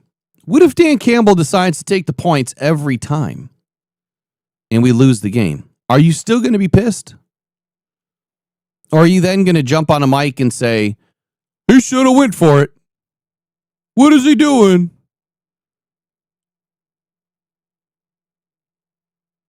Or are you going to say, yep, he did what I wanted him to do. We lost. So I was wrong. Beggars can't be choosers. Number 4. This is not so much about the Lions offense, but it is about Aiden Hutchinson. And it's about the pass rush, which, again, is not the most critical thing in the world. Sacks. The Cowboys have allowed the third fewest sacks per game. Third fewest sacks per game. And so going into this game, if you are an educated fan, or if you're an educated content creator, then you would know the likelihood of getting sacks tonight is what? 97-1 that you're not. You have a 3% chance of getting a sack tonight. 3%. The Cowboys allow 1.4 sacks per game, and Aiden Hutchinson, with his 8.5 sacks this season. And by the way, do you remember how many sacks I said Aiden would have this year? 12. That was my prediction. 12. The Lions need to generate pressure. It's not so much about the sack. It's not about getting out of balance. It's not about getting outside your details. It's not about getting too wide and opening up a lane for Javonte Williams or Dak Prescott to take. Yeah, Dak doesn't want to run, but he will. And when he does, he'll gain yards. And he's a big body. He's hard to take down. But if we can force Dak Prescott into uncomfortable situations and positions, we can generate some turnovers that can swing this game. Not so much about getting sacks. Again, get a sack on first down. Drop them to 2nd and 15. Great. And on 2nd and 15, they get 14 yards. And on 3rd and 1, they get a first down. That sack was meaningless. But instead, if you get pressure on first down and they throw for an incomplete pass, that is just as good as a sack. It is now 2nd and 10. And then on 2nd and 10, maybe they're going to try to run the ball to get about 5 yards to make it 3rd and manageable. Well, on that 2nd and 10, you now drop Javonte Williams for a -1 yard attempt, right? He gets a TFL. Now it's 3rd and 11. And now they're going to pass the ball. And so now you run your 4 naturally. You've got a big nickel defense in, and now you can pick the ball off because you know it's coming. That is how you play defense. Unless you can get a sack on every single play, the sacks are not going to help you win the game. I've gone over it multiple times. I've gone over all of the playoff and Super Bowl sacks for the last many seasons. And would you believe it or not that the Eagles are the only team that had multiple sacks in the Super Bowl, but that's not what won the game. Why? Because those sacks happened later. The Eagles already won the game. They already had the points. I did it all last year. You have to go back and find the live stream that I did, or the video, or whatever it was that I did. It was live stream. Opportunistic defense is the 5th thing. Despite the injuries in the secondary, the Lions lead the league in man coverage at a rate of 44.6%. That cannot happen tonight. Yes, we've had success. But if this defense can force a turnover or two, especially when Dak Prescott has been vulnerable to interceptions in his career, the Lions can definitely change the possession game, and getting the possession game back to Jared Goff, giving him more opportunities is the key. Now, Dak Prescott has only thrown, nine interceptions, I think, on the season, or 5 or something. Let me take a look.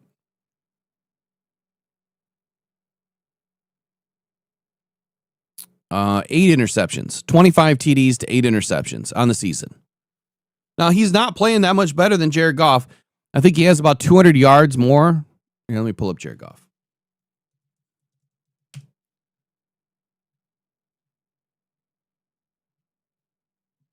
Jared Goff has 3,025 yards, 25 TDs, and 5 interceptions. Dak Prescott has 230 yards more, 25 TDs, and 8 interceptions. So he has 3 more interceptions than Jared Goff. He has a 102.4 rating. Jared Goff, 110.2. Jared Goff has thrown the ball 378 times. Dak Prescott, 437. So he's literally put up the ball, 50 more times than Jared Goff. And he only has 230 yards more. That's not a good average. But he's getting 7.5 per, where Jared Goff is getting 8. Right now, Jared Goff is expected to throw just under 4,300 yards on the season, where Dak Prescott is projected 4,620 on the season. The whole point is the Lions defense needs to be opportunistic tonight. They don't need to get after sacks. You let those happen when they happen. We need to shut down Javonte Williams. That is key number 1. Shut the run down. Key number 2 is bracketing both of these receivers. Allow the tight end to beat you. I'm okay if a tight end beats us tonight and racks up a bunch of yards. It's when you get to the red zone that we have to tighten up and keep them out of the end zone. So those are 5 ways that I'm expecting the Lions to be able to beat the Cowboys tonight based on statistical analysis. The 5 reasons how or why the Cowboys can beat the Lions, well, Dak Prescott's hot streak is number 1. He's playing at an elite level. He's averaging an outstanding 266 yards per game. His adjusted yards per game is a 97th percentile right now in the NFL. The Cowboys have the number 1 passing offense, the number 2 scoring offense, and they're averaging 29.3 points per game. He could exploit the Lions' banged-up secondary. Well, with DJ Reed back, with Rocky Sin in the game, and Amik Robertson, I don't think we're banged up as much with having those 3 guys in the game. And Brian Branch, of course, he's been a little bit of a crapshoot. We need more out of Brian. We need a lot more out of Brian tonight. He has to play his best game.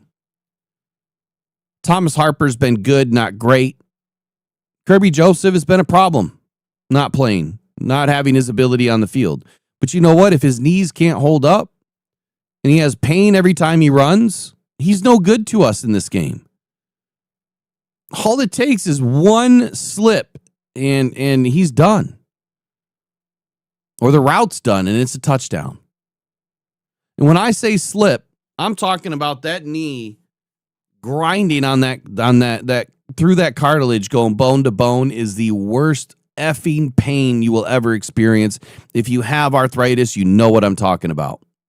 Let me show you something. I know this is going to be kind of grossed out for some of you, so a little caution. Here's what arthritis does. Played a lot of sports in my life.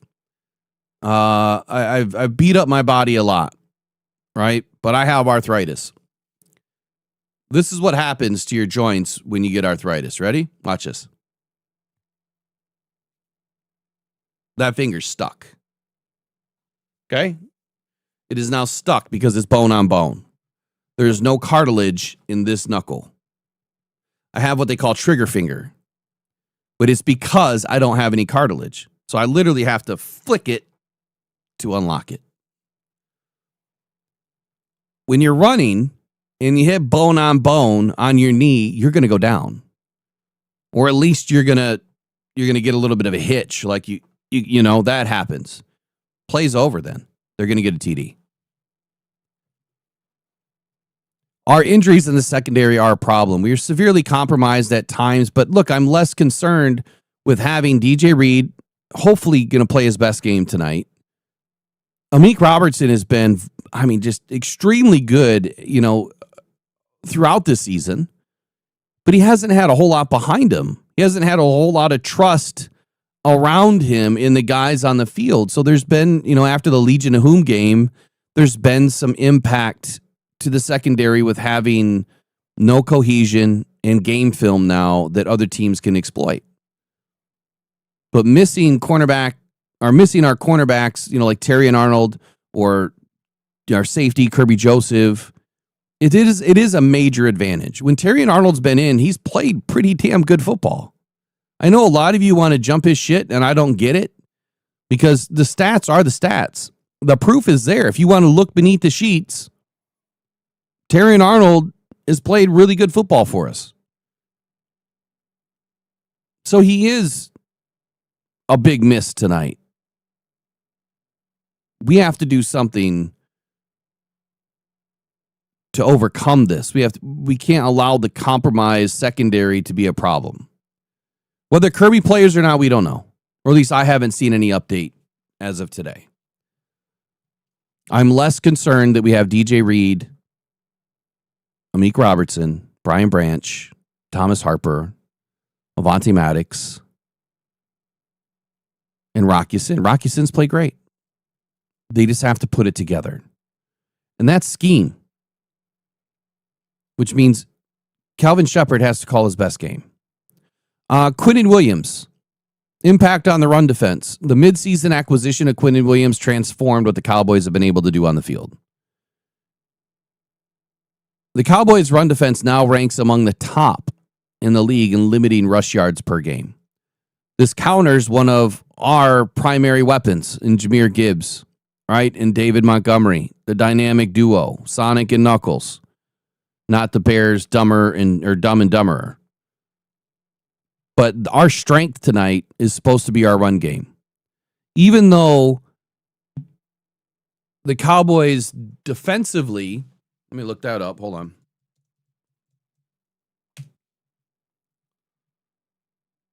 Defensively on paper are one of the best. Hold on. Where's it at?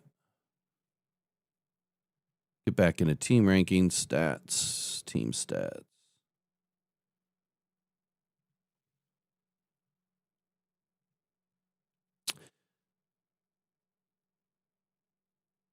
The Cowboys are currently ranked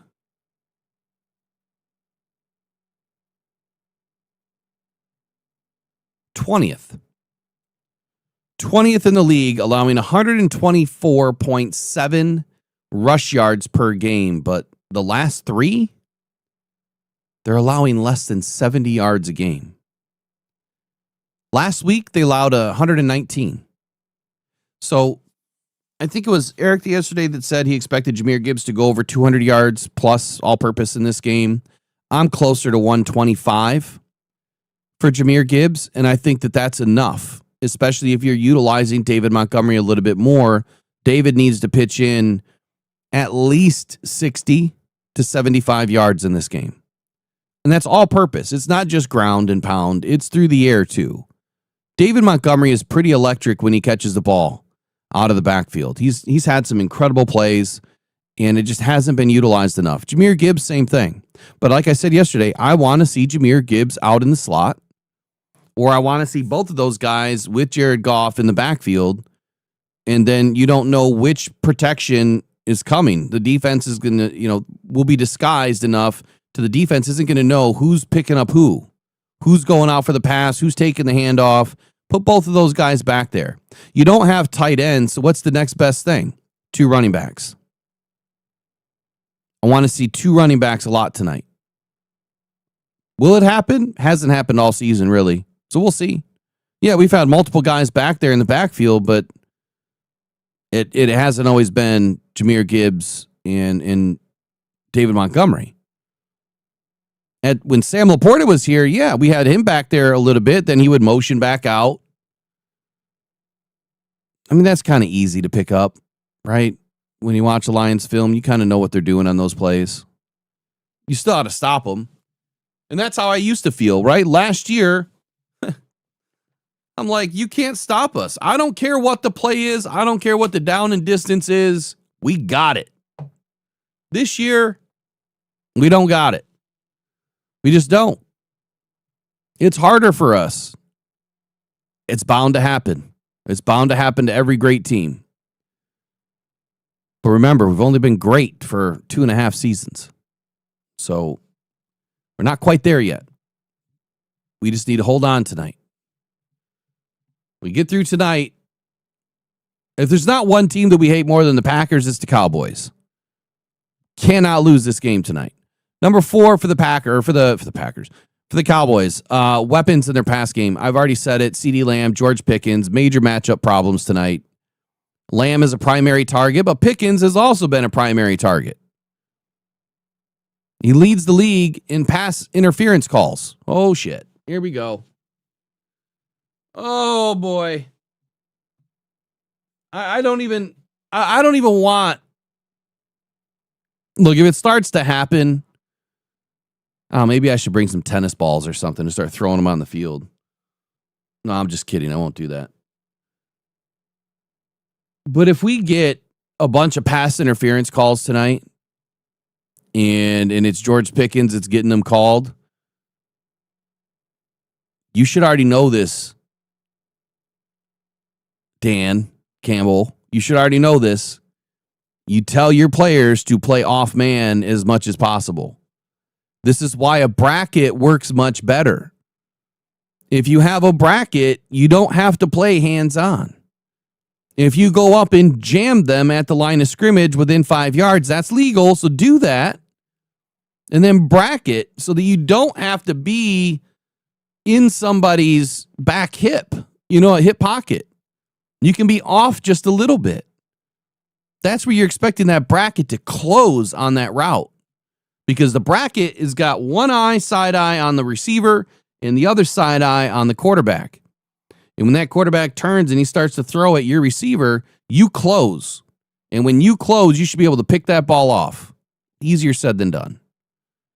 But that's the theory behind it. And then number 5.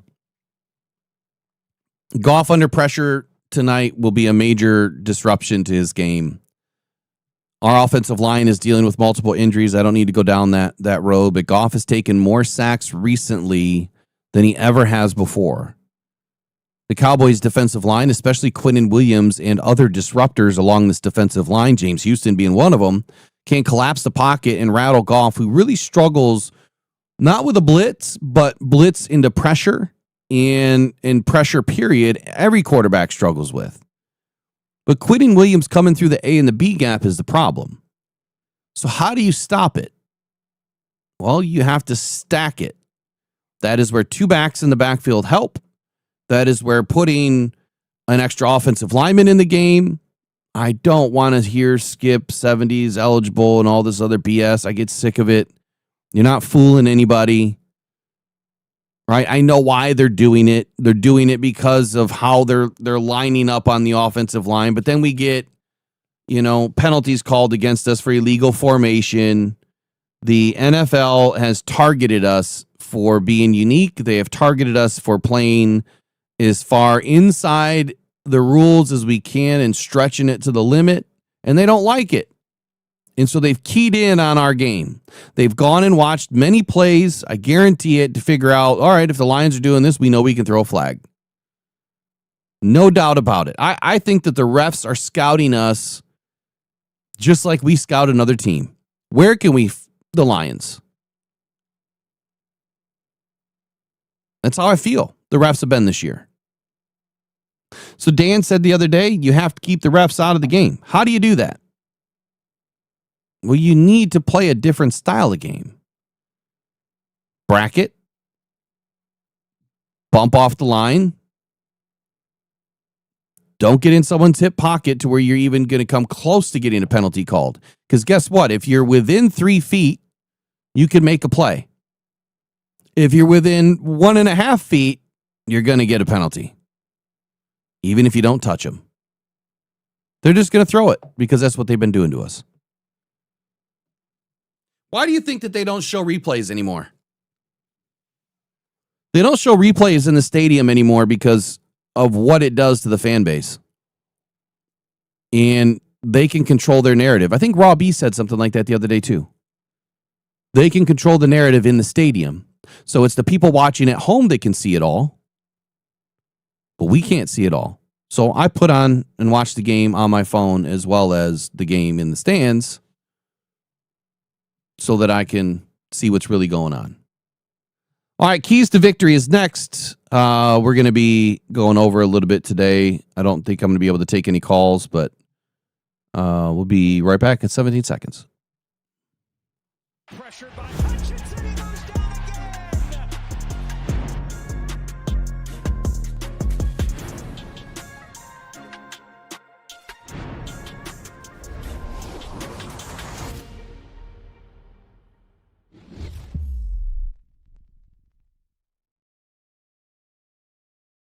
Do me a favor in the chat, in the comments later. You guys got to do me a huge favor. We would really appreciate it. Number one, if you're just watching this channel for the first time, please slide down and hit that subscribe button wherever it is.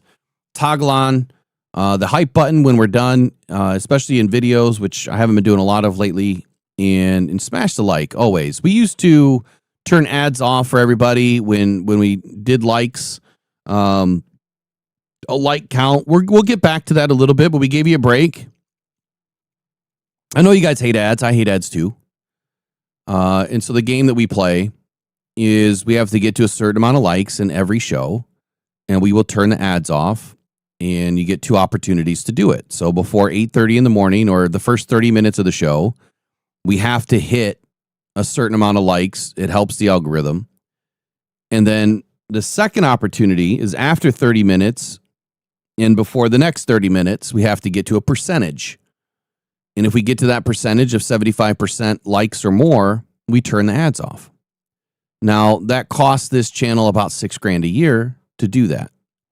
Yeah, we don't make a ton of money on these shows, like $5-10 is probably what we make if we let ads roll. But it's a way for us to give back. We've always wanted to be a bridge between the fan and the team to get you high-level information, NFL, media credentialed now, being able to get more information, being able to participate, going to, the drafts or games. Super Bowl, I've turned in, my application for Super Bowl media credentials, hoping that the Lions will be there. Maybe I'll still go if we get awarded, just because it's a great experience. But trying to bring you guys in. It's part of the reason why I got this really nice camera, too, is so that we can do different types of content. But anyway, help us out and do that if you would, please. It would be super nice of you.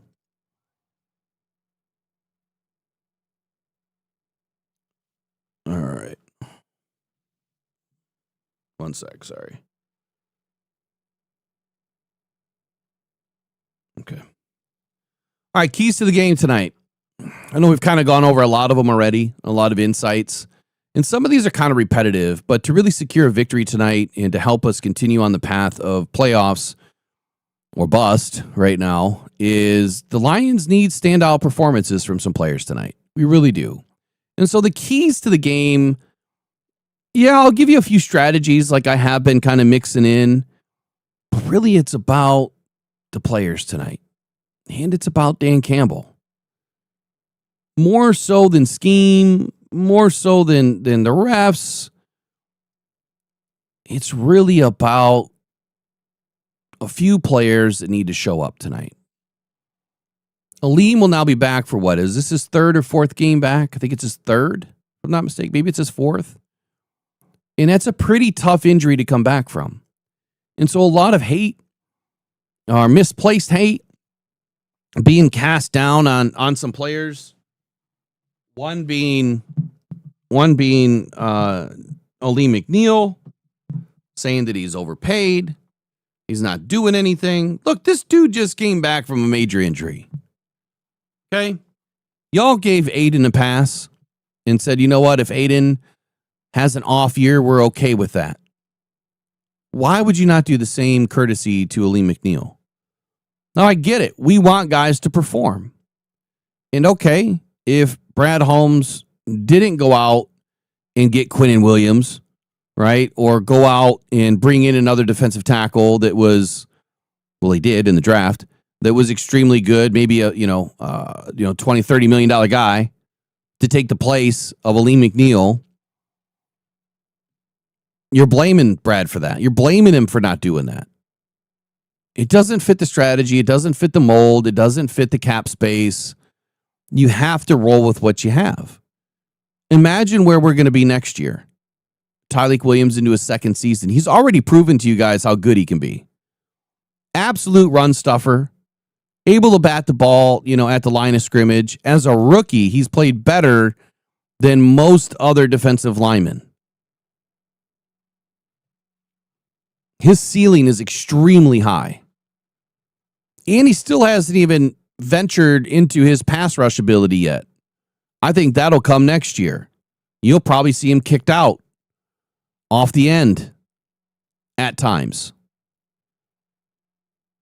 There's a lot to be excited about, but tonight, it's not about Tyreek Williams, a rookie. It's not even really about Aleem McNeil battling back from his knee injury. But see, fans get caught up in things like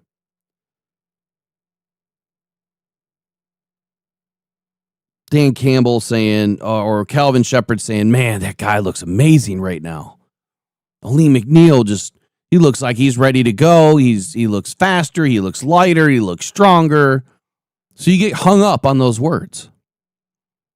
And then he gets into the game and you just don't see a bunch of stats, which Aleem McNeil's never really had a bunch of stats. And you start blaming him. Aleem's played good. Not great, not to his level. He'll be the first one to tell you that. But he's also getting his legs underneath him, literally, just like Aiden did. It took a minute for Aiden to get rolling. If you hang on till the end, by the way, I am going to bring in a press conference. And I'm going to share something with you, which is what I should have done in the beginning, about Brad Holmes.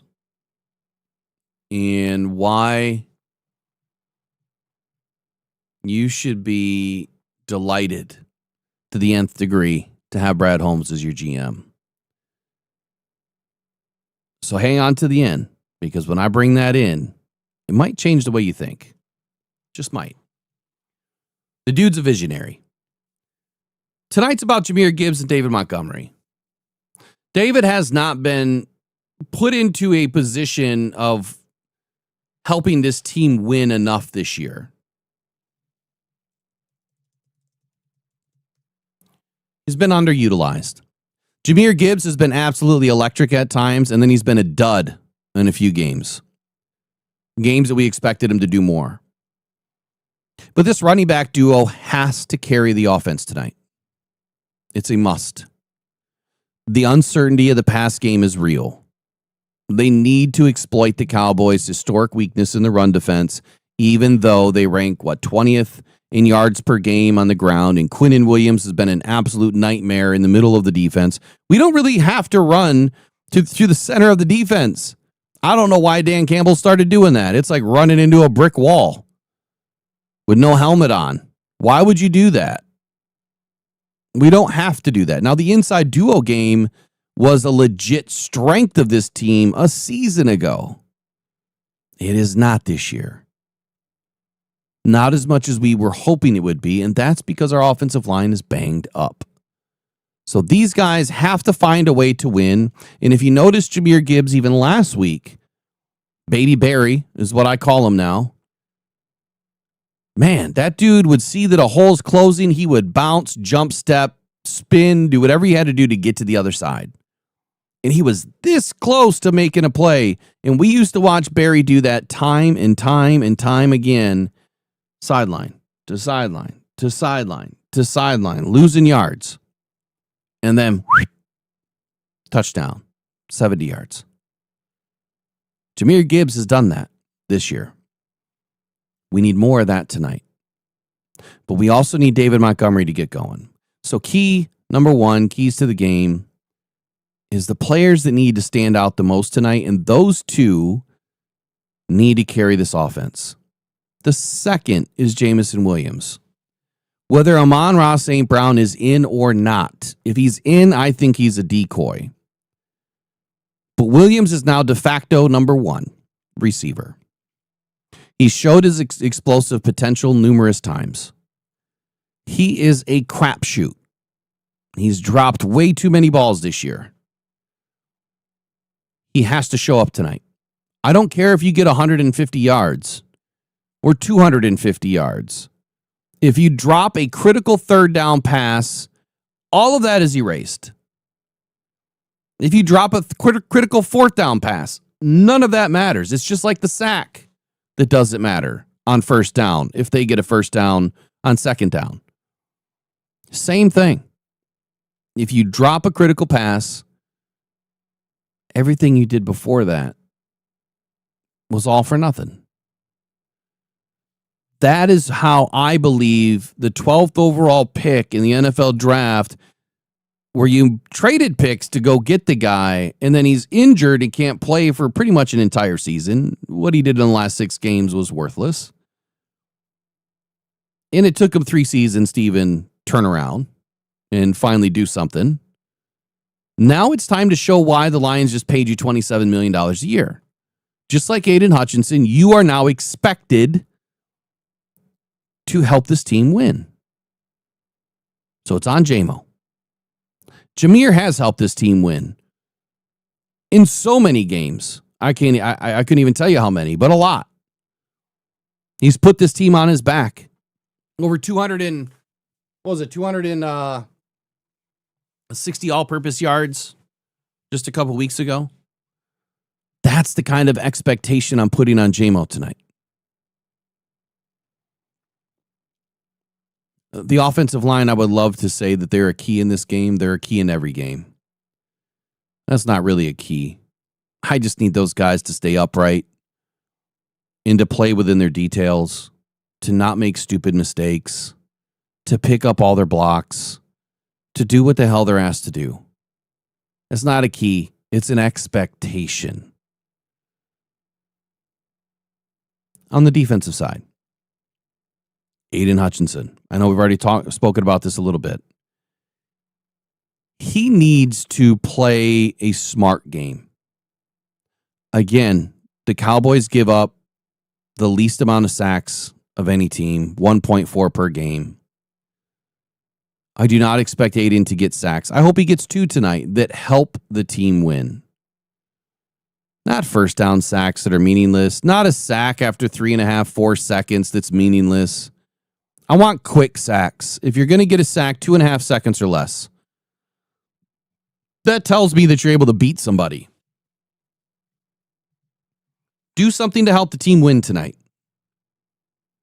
No missed tackles. His missed tackle rate is atrocious. His run defense is atrocious. He needs to step up. He needs to disrupt Dak's rhythm tonight. If we can't win from the middle, he needs to stay on his detail, not get too wide, don't overshoot, bull rush your way to Dak, make a move. Jack is another big key tonight.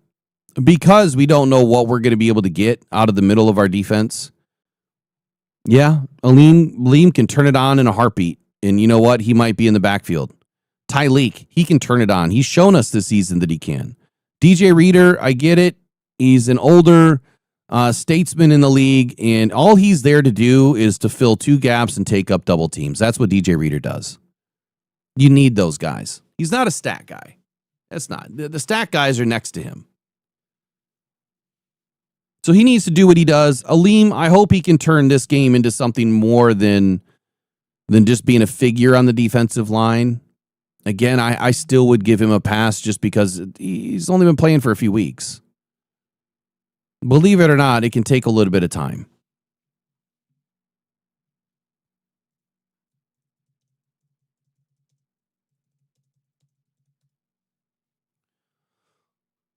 For instance, Aiden got a sack in week 2. It was a pretty cheap sack. It was a sack that, everybody was collapsed in the pocket on Caleb Williams, and whoever was there left standing got it. Week 3, he didn't have one against the Ravens. He disappeared out of that game, but that was a game where we were playing contain, and then everybody collapsed on Lamar Jackson and got a sack. Aiden apparently didn't. And then against the Browns, same kind of thing, only one sack. So through the first 4 weeks of the season, he had 2 sacks. No, I'm sorry. I got to say that all over again. The Packers in week 1, he didn't get a sack. The Bears, he got that sack. The Ravens, he did get a half a sack, or they counted as a whole sack. Half a sack at the very end. So it took him a few weeks to really get going. And then against the Browns, he did get 2 sacks. The Bengals, the Chiefs, the Bucks kind of disappeared. Yes, he got kind of, late sacks. So Aiden really never popped off, but it took him a few weeks to get going. You have to give Aleem McNeil the same opportunity. And sacks are not Aleem's game. Aleem's game is shutting down the run and disrupting the passer with pressure. Not so much sacks, but sacks will come.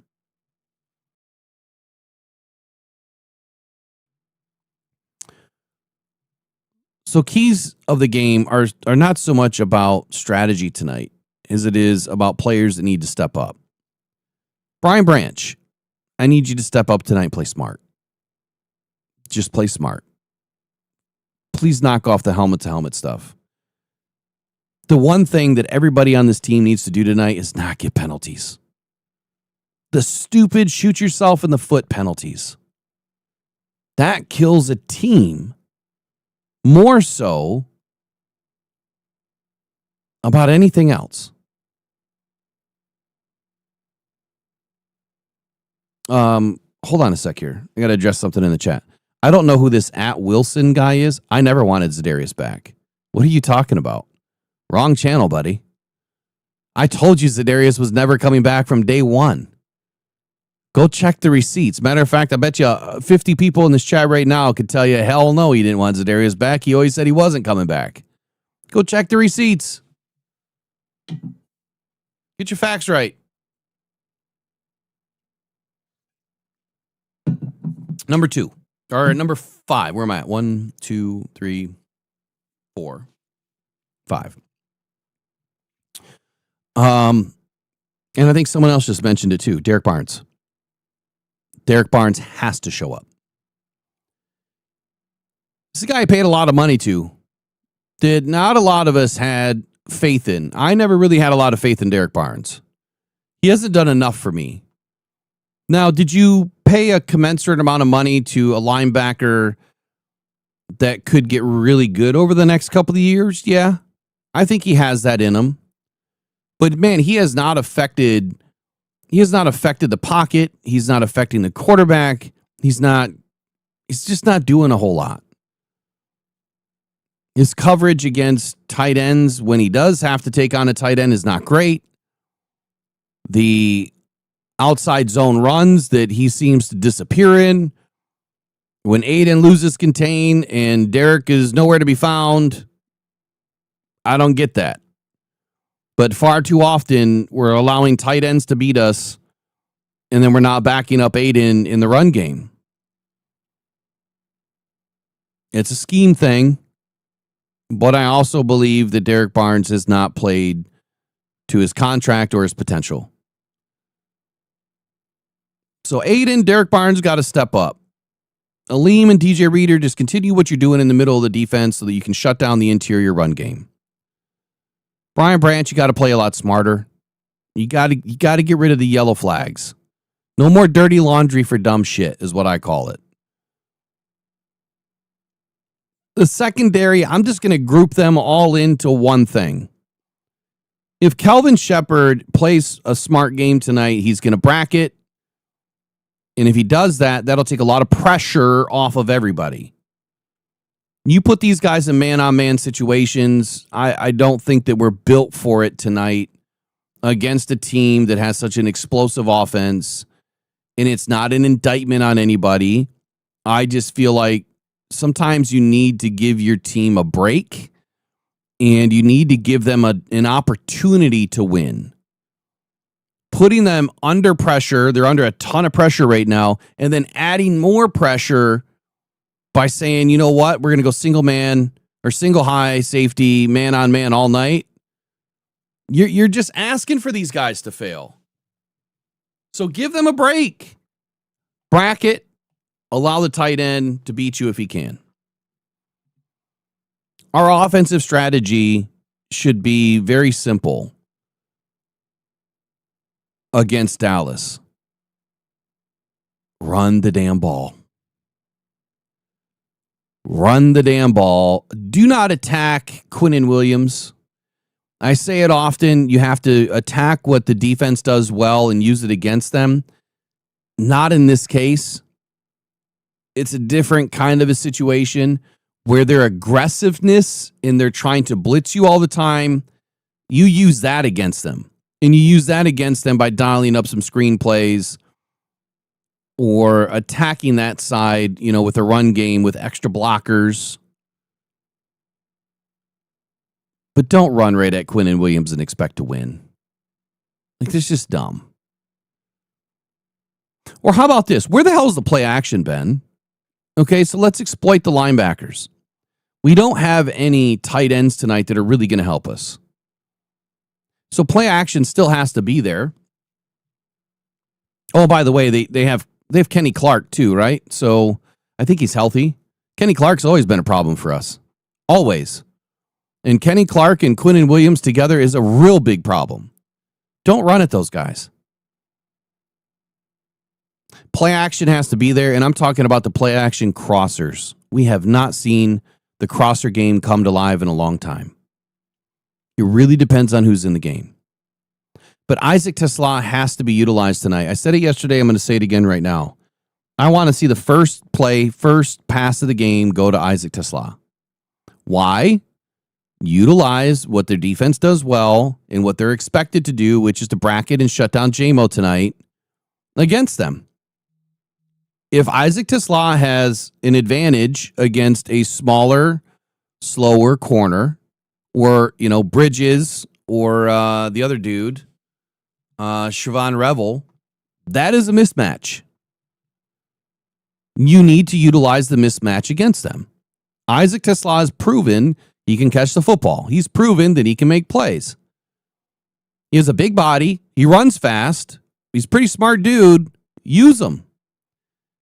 However, I'm not in the boat of saying that he is the only way you can win tonight.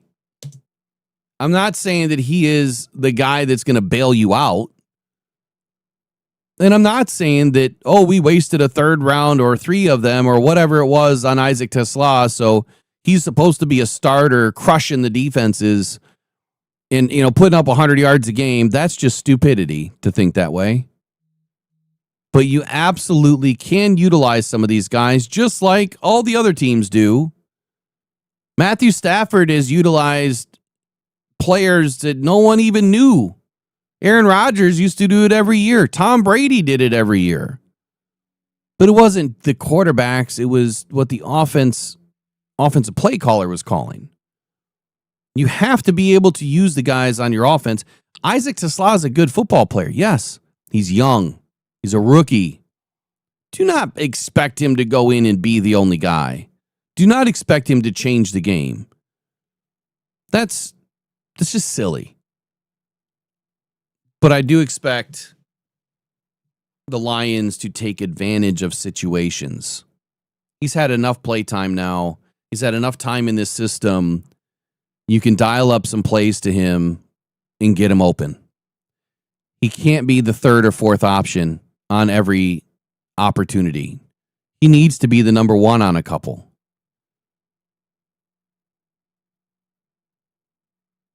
Utilize these running backs in the pass game.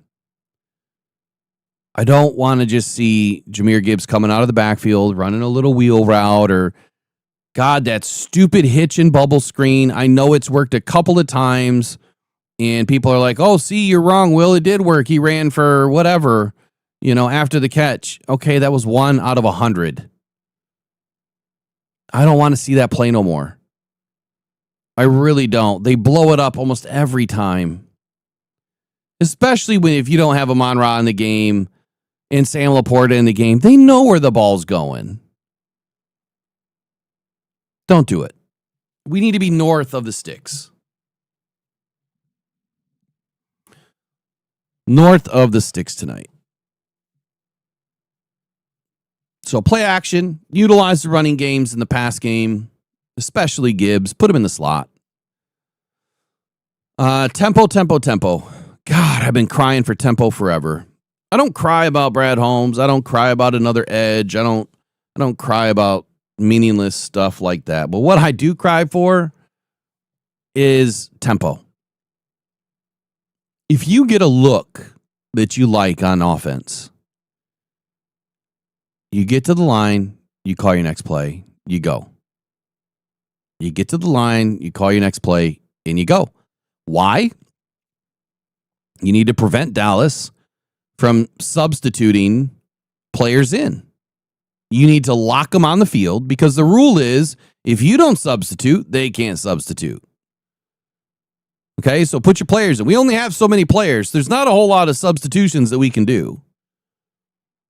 So get your core in, get going, and then when you feel like you've got a defense that you like on the field, tempo.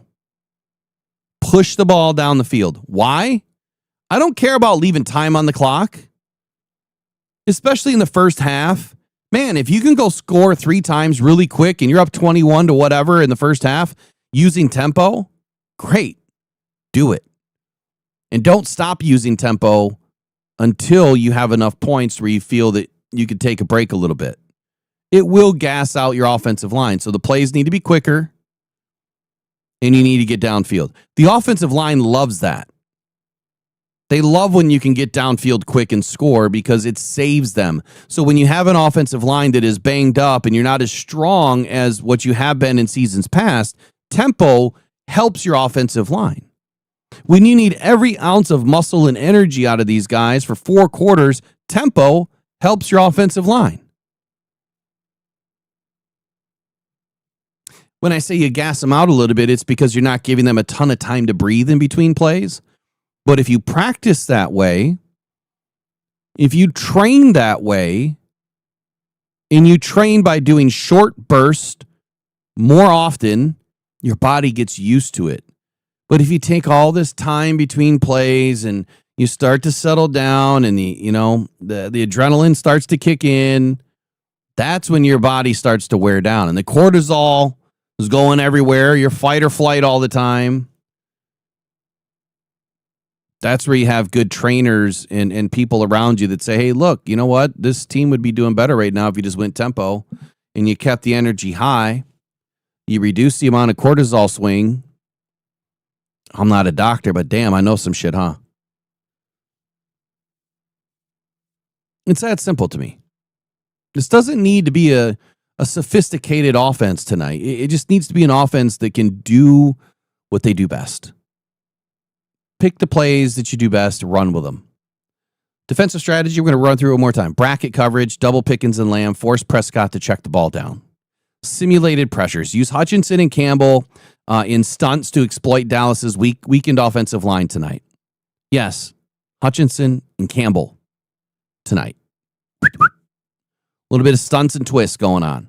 Spy Javonte Williams. Why? That's the only one you need to spy. You don't need to worry about Dak. You need to worry about Javonte Williams putting up 150 yards on you tonight. That's what you need to worry about. Limit CeeDee Lamb. The Lions play a high rate of man coverage, and they need to plan to bracket or double team Lamb to prevent explosive plays. But you also have to worry about Pickens. And I know it's hard to bracket 2 wide receivers. It's extremely difficult. But that's where you bring in an extra safety so you can help protect against the run game. And a safety should be able to help you in the pass game as well. I mean, that's what they're there for. They're supposed to be the last line of defense. Run and pass. They're supposed to be good at both. Pressure on Dak Prescott. Yes, while it's going to be difficult because this offensive line does not give up a lot of pressure or a lot of sacks, I think that Kelvin Shepherd needs to dial up some calculated blitzes at times. Run with 4 as much as you can tonight. And then start to mix in your blitzes a little bit. Mix up the coverages. Simulated pressure can get Dak Prescott off of his button, right? Off of his landing mark. And that's it. That's my plan for the Lions and Cowboys tonight. I think the Lions can win. I think it's going to be a close game. I'm expecting something in the tune of 27-24. Detroit Lions win. Pressured by Hutchinson, he goes down again.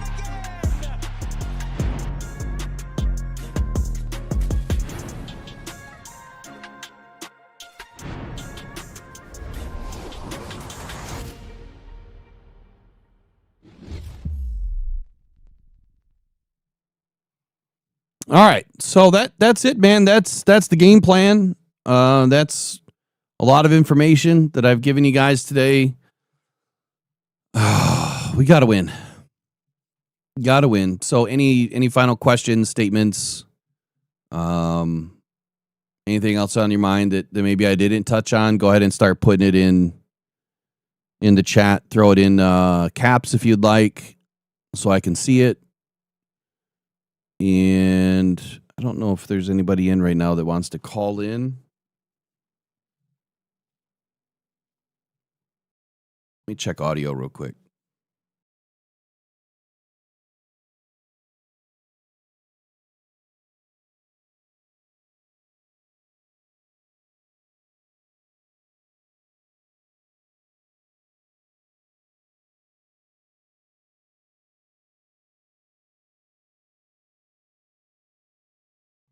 Audio sounds good. So the new mic, is it a win? I think it is. I think it sounds pretty good. It's not dialed in yet, but it'll get dialed in.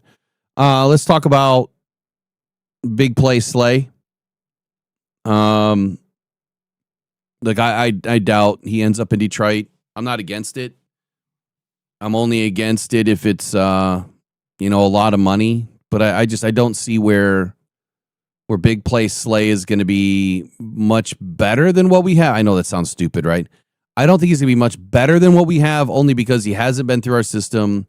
He hasn't been with this team. And anytime you bring in a player, cohesion is a real problem, right? Just like whenever you bring somebody new into the office, how do you guys treat that individual? You know what I'm saying? If you're a pretty decent human being, you're going to go up, introduce yourself, talk, sit down, get to know him a little bit as much as possible. You never want him to feel like an outsider. It's just not normal in today's world, it seems like, anymore. And I don't think that Slay would have that issue. Slay kind of left on bad terms, right? I don't remember if he ever threw the Lions under the bus a whole lot, but he left on bad terms. So for that reason, I would say that it's probably unlikely to happen. And I don't know that he would want to retire a Lion anyway. He would definitely probably go back and suit up for the Eagles one more time on a one-day contract just to retire an Eagle. I don't know that he would ever want to come back and retire a Lion, the team that drafted him. He definitely doesn't really change anything for me. I think Rock Ya-Sin has been playing pretty decent, and he's definitely been playing a lot better than what Slay has been playing. Slay does know the game. And even though he's not as fast as he used to be, I think that he can still play the game at a pretty high level in spaces, right? You bring him in the big nickel, the big dime packages, and I think he can help you out there. I think he can help you out on the sideline. I think he can help you out a lot in practice. But are you really wanting to waste a roster spot on a guy just for that? I mean, you lost Terry and Arnold, so there probably is room. I don't know. I don't think so. Any thoughts or concerns? Turpin may expose a hole in the return game. Ooh. Or do we play a game of kickaway tonight? How many returns does he have this year? Didn't he just have one?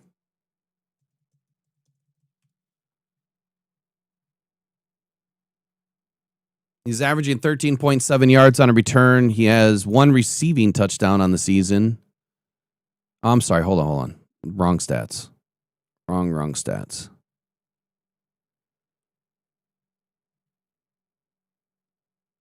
Here we go.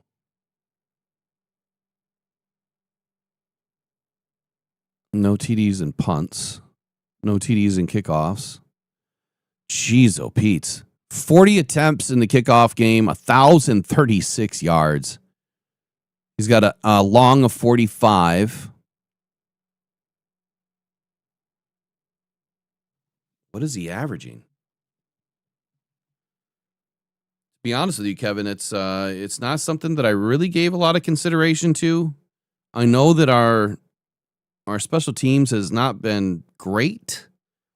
He's averaging 25.9. So if you are kicking the ball, just short of the end zone, I would expect that the Cowboys would not have better than 30-yard line field position. So I would be less concerned with that in the punt game.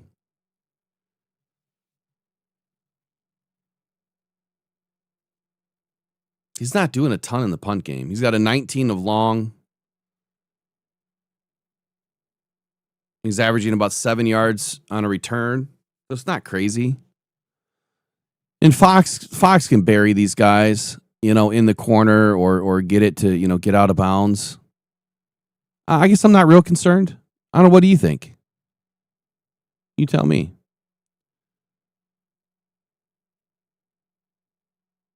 Robbie, hold on. Let me get this turned on. Go for it. I think it's on. Should be.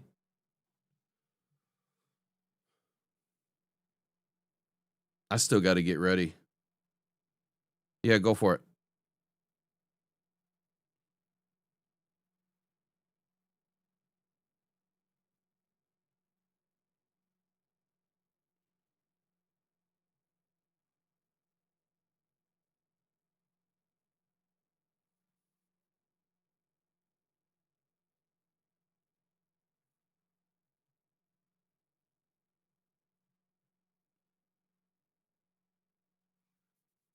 I got about...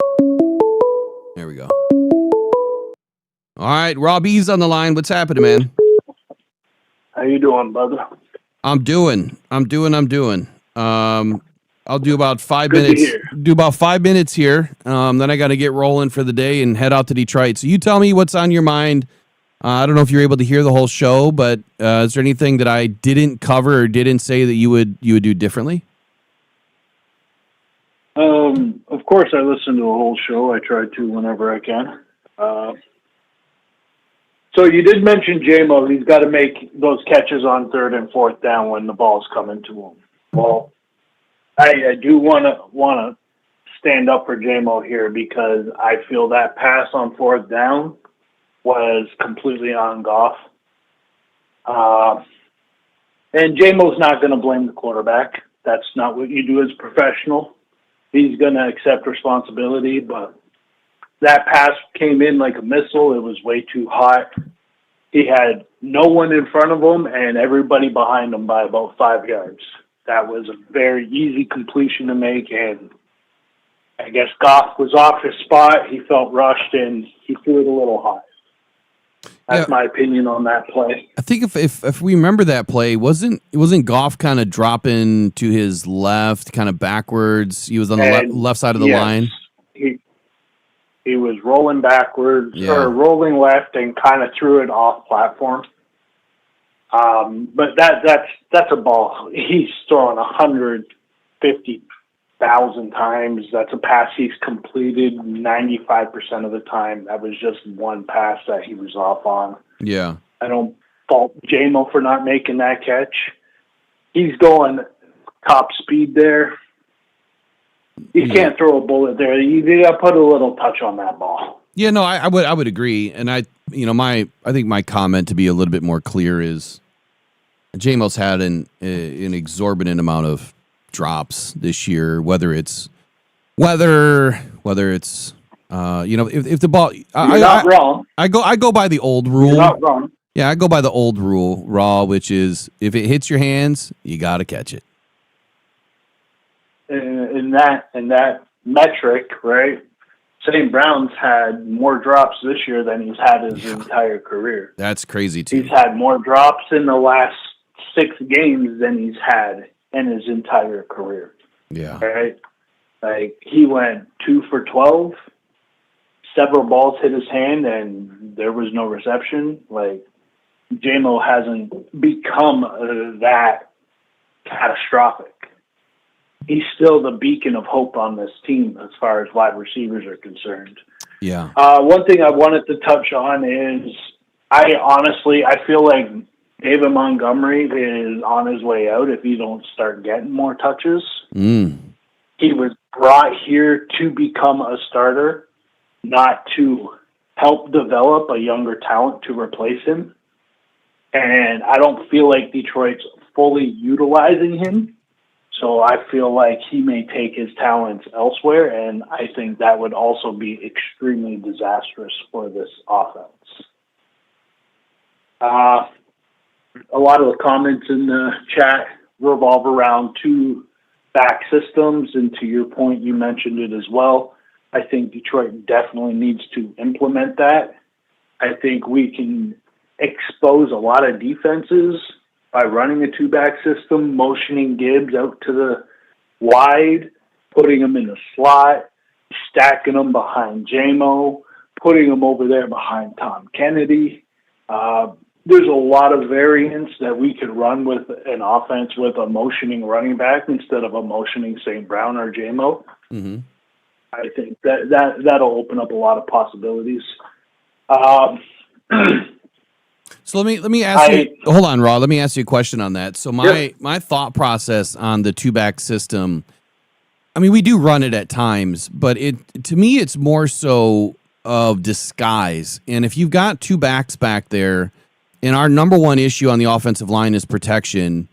And I didn't get to this. I didn't get to 7-man protection or even 6-man. 6-man tonight is just your extra, running back or a tight end or something, right? But 7-man protection is something that we haven't been utilizing. And when you're down all of these weapons, you would think the natural progression would be to go to 7-man protection when you don't have, let's say, Amon-Ra St. Brown if he's not in, and you don't have Sam Laporta. You're not going to go to these tight ends more than likely. So why not bring in an extra offensive lineman that can help protect Goff and then get the ball to the weapons that we do have left? And more specifically, the two-back system to me is if you have those guys back there, doesn't it make sense that, okay, you've now called protection on the left side and Jameer's on the left side. Jameer, you're going to stay and protect. David, you're now more my hot route coming out of the backfield, or I might hand it off. And then vice versa. If they're calling more protections to the right side, well, David, you're on my right side. You're going to stay and protect, but you're disguising, right? You're disguising what your protections are going to be by just having those guys on the field next to Goff. That's kind of where I'm going with that. What is your thought on that? How do you feel about that? Well, to expand on that too, you're giving the defense more to worry about. Yes. There's more options on the field that you could credit the offense to gain the line of scrimmage.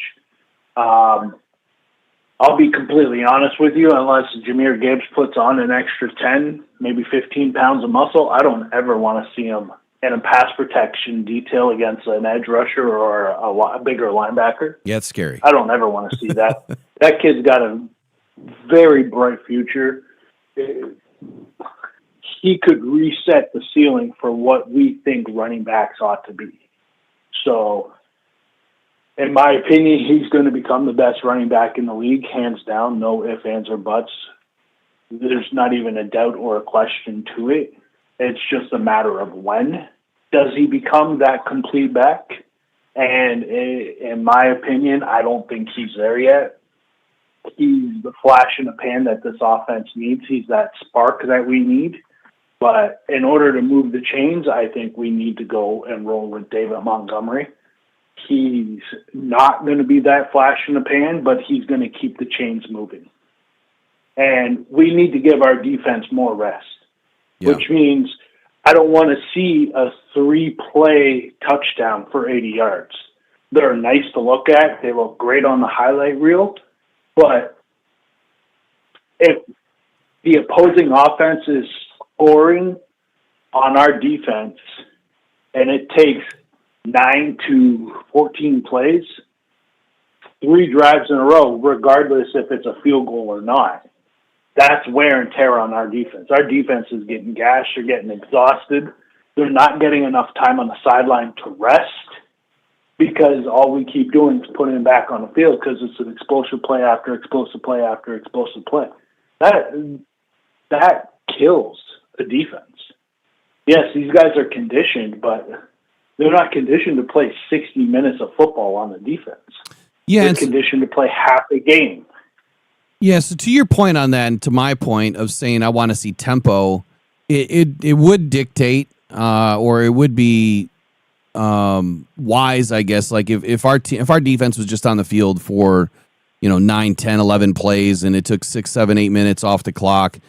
Yeah, of course you want to go down and score quickly, and you definitely want to use tempo when you feel you have a good matchup on the field. But if you do go down and score in 3 minutes or 3, 4 plays, it does put the defense back on the field, and you do have to worry about that. However, I still feel like you want to score and you want to go up tempo when you have the opportunity to do that.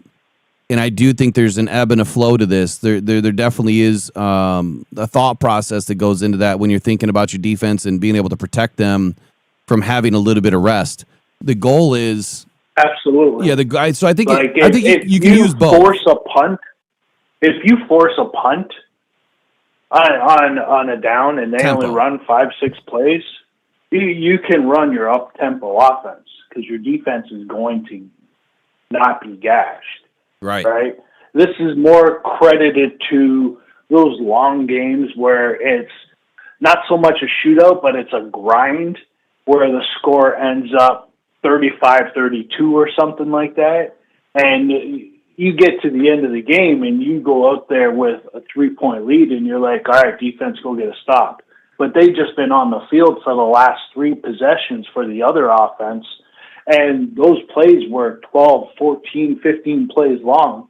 You can't expect that defense to go out there and make a stop. They're going to be so exhausted. They're going to already have given everything they've gotten to get you to this point. Their defense is not fresh. They're thinking of that salt bath in the shower. They're not thinking of, I got to grind out the last 2.5 minutes and find a way to stop this opposing offense.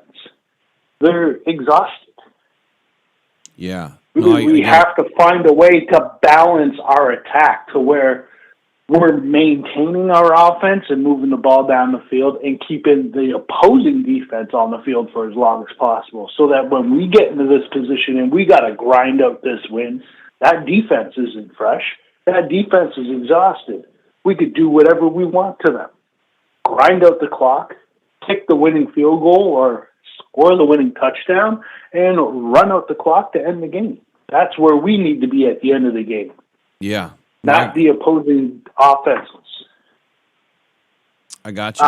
The other thing I want to mention, now Buffalo did pick up Darius Slay. Yeah, I just saw that. You're speaking about the continuity. You're speaking of the continuity of that. I think Darius Slay would have been the perfect replacement for Kirby Joseph. The perfect replacement. To play now, safety? There is a history. Yes, free safety. To give him that ability to sit in the backfield, read the offense as it's coming at him, and decide where he wants to go and where he needs to defend. You put someone like Darius Slay back there on Pickens, who's going deep with a younger corner on him, or Lamb, who's trying to zigzag his way up the middle of the field with a younger corner on him. Darius Slay and that veteran experience would be right there to disrupt everything that Dak Prescott wanted to do. Unfortunately, we didn't get him. There is a history of aging veteran corners transitioning to safety who've still got that dog in them that want to play. I think that would have been the perfect plug-and-play play right there for Darius Slay to play a little free safety, get on the field. Because if you remember, Darius Slay was a man corner. Mm-hmm. He's been forced to play zone, but Darius Slay's always been a man corner. Mm-hmm. And he loves to undercut those in-breaking routes. You give him that ability to sit back there, read the offense, and then crash down on those in-breaking routes, or to fall back and play that over-the-top protection, I think he would have thrived in it because of his ball ability. Ball in the air, ball hawk ability skills. I think he would have thrived in it. And Slay has never been a slouch and dropping the shoulder and hitting a guy when he makes a catch. He can't play the ball, he's going to hit you. That has always been Slay's other strength. He plays the run really, really well. I don't know what he's been doing lately. I haven't watched a whole lot of Steelers games. Watched a few, but not a lot. I think he would have been the perfect complement to where Kirby Joseph isn't there anymore. So with that veteran experience. Yeah, I hear you, and I think that one, you're not wrong. I guess this was posed to me the other day too about putting him back there as safety, and I'll probably stick with what I said. But I guess if I'm thinking about a corner that has played a corner in the league, I don't know what 15 years, whatever Slay's been in the league now. They play with their eyes locked on the receiver and often in isolation, right? And they're kind of reacting to routes.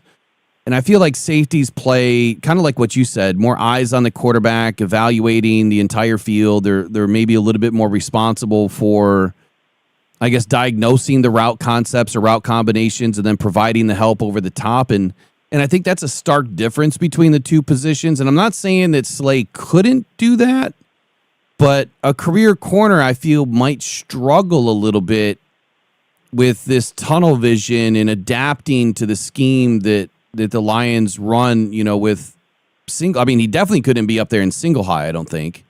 Maybe in a zone look, he could be back there.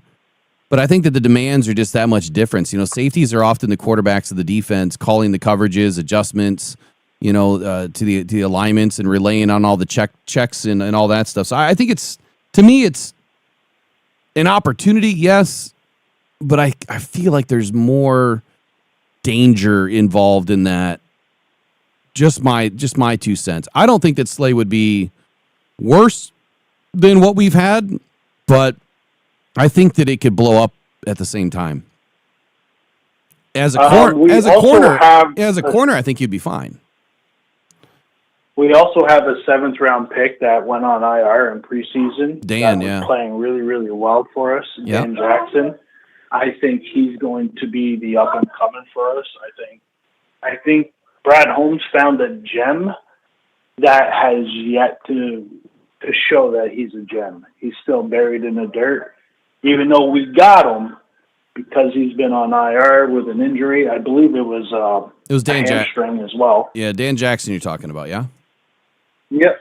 I think he's going to be that next big thing. And the only other issue I have is that contract that we gave Kirby Joseph.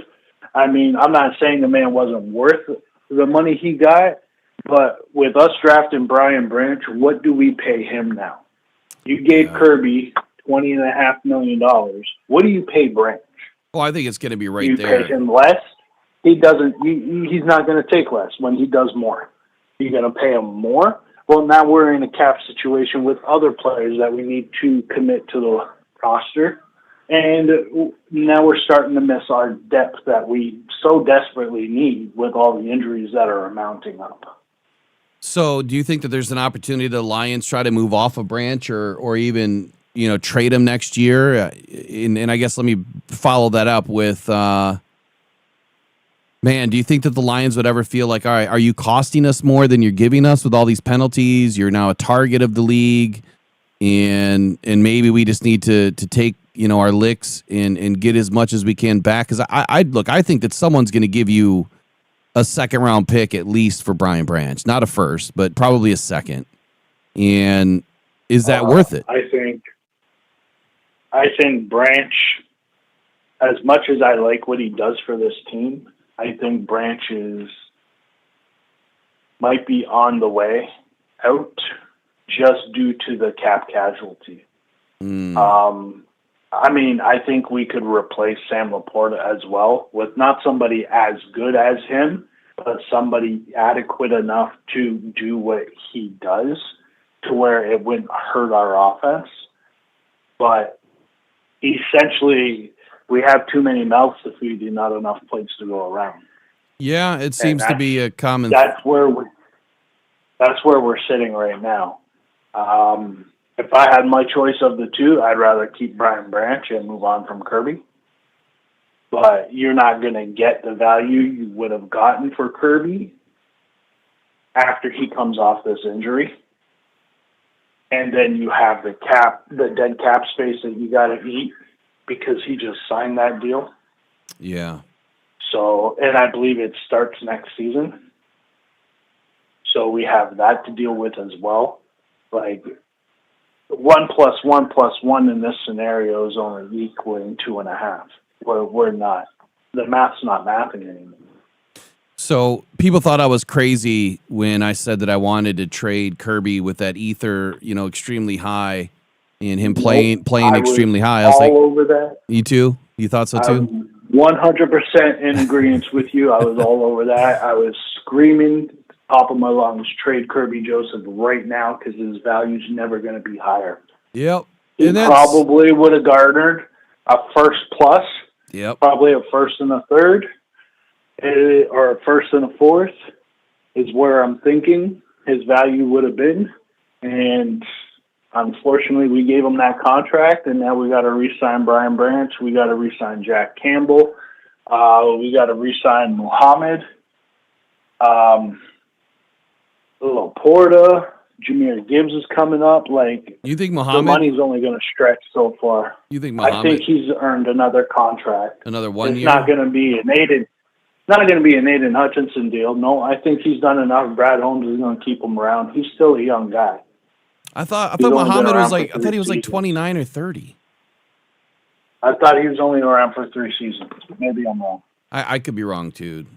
Sometimes when you get He this late in the floated season, on some practice squads, and I believe we picked him up off of Seattle's practice squad.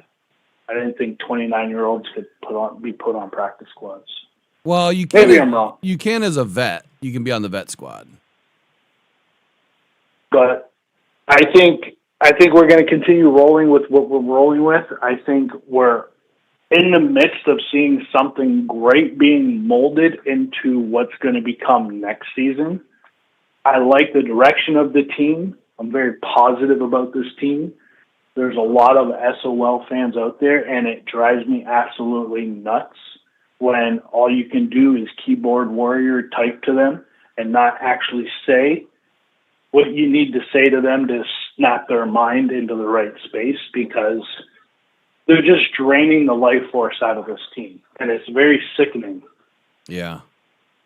Well, like I've been saying, if you want this team to win, it's not through negativity that is going to help them. It is through support and positivity. And I hate to say it, like, this shouldn't be an epiphany. Like, that's the key to life. If you wake up every day and you're negative, you're probably going to have a negative result in life. If you constantly think that you're not good enough, guess what? You're not going to be good enough. But if you wake up every day, like Aiden Hutchinson has said this many times, he said he won't speak about religion or whatever, but he says that, he manifests things. And I know that that's related to certain religions, but he's all about manifestation and, and being positive and saying that this is going to happen and I'm going to do this. And it's all about mindset, right? Mindset is everything. If you have a great mindset and a great outlook on life, and you don't need to know this, but for everybody else listening, if you put a good mindset into your Lions team and you help them develop a good mindset, hey, you know what? Last week you had a crap game. This week you need to jump back on it, and we support you. We know that you can do it. Go out there and get it done. You can also be constructively critical and evaluate things. There's a difference between being an evaluator and being constructively critical about things as opposed to being just a pompous, arrogant narcissist talking shit about everybody and calling people names. Like that doesn't get you anywhere. Like, what did you learn out of that? Like, I heard nothing. I am now, like, what's that one phrase from Billy Madison? I am now dumber for listening to what you said. That's exactly how I feel when I hear half of these people talk about the Lions. I feel dumber because I didn't hear anything positive. I didn't hear anything that was strategic. I didn't hear anything that was football related. I heard bullshit is what I heard. But anyway, give me your final 30. What do you think is going to happen in this game? Do the Lions win? Do we lose? Is it close? Is it not close?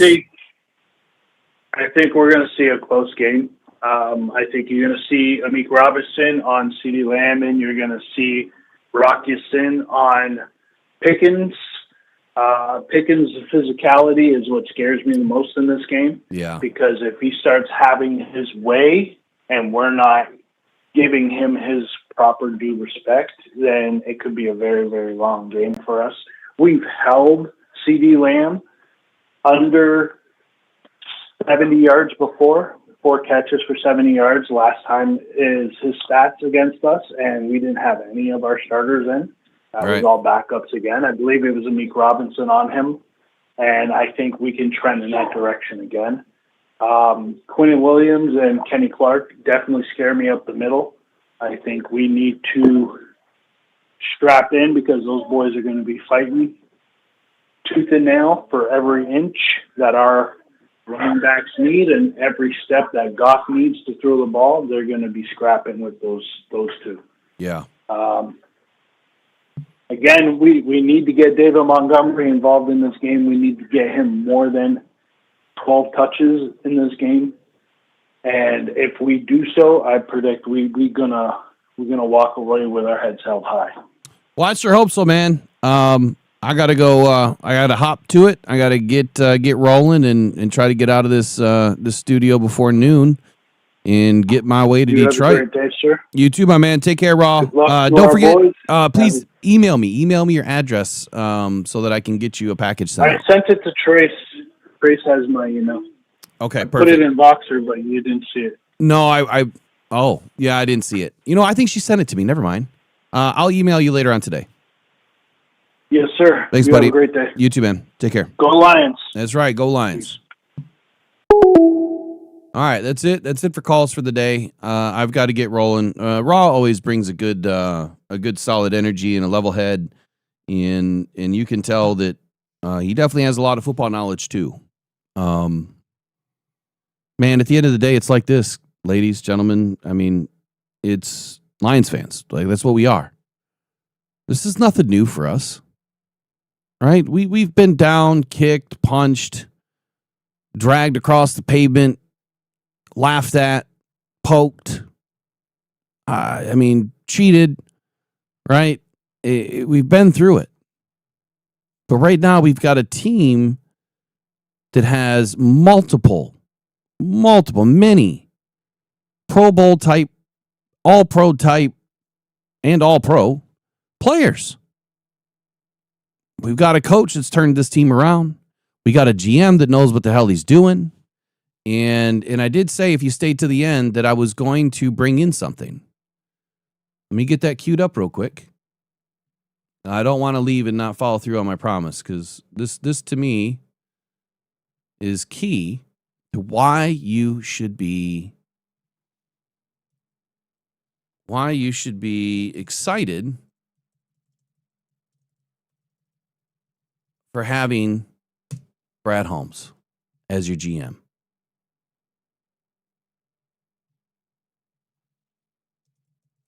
You got to give me just a couple of seconds to get this queued up.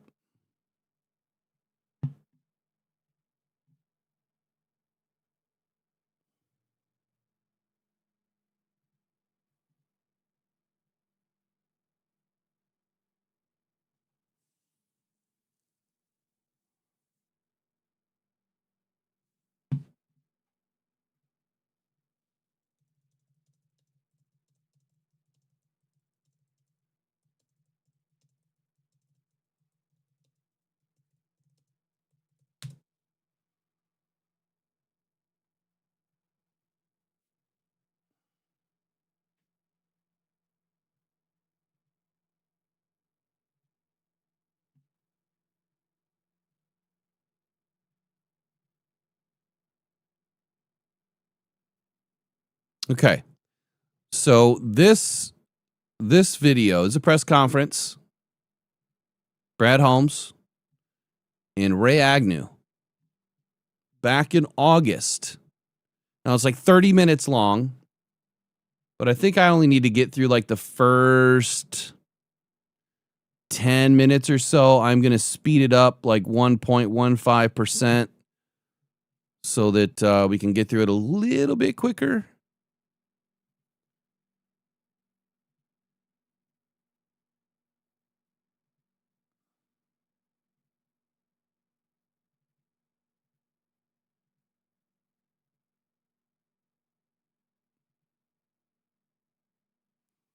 You're going to hear some things that I'm going to point out.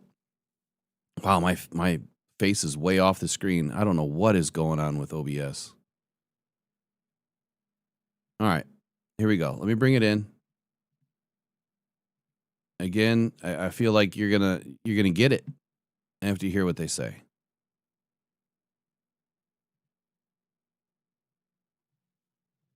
All right, I'll fix a couple of things on the back end here while we're going, but let me at least get this going.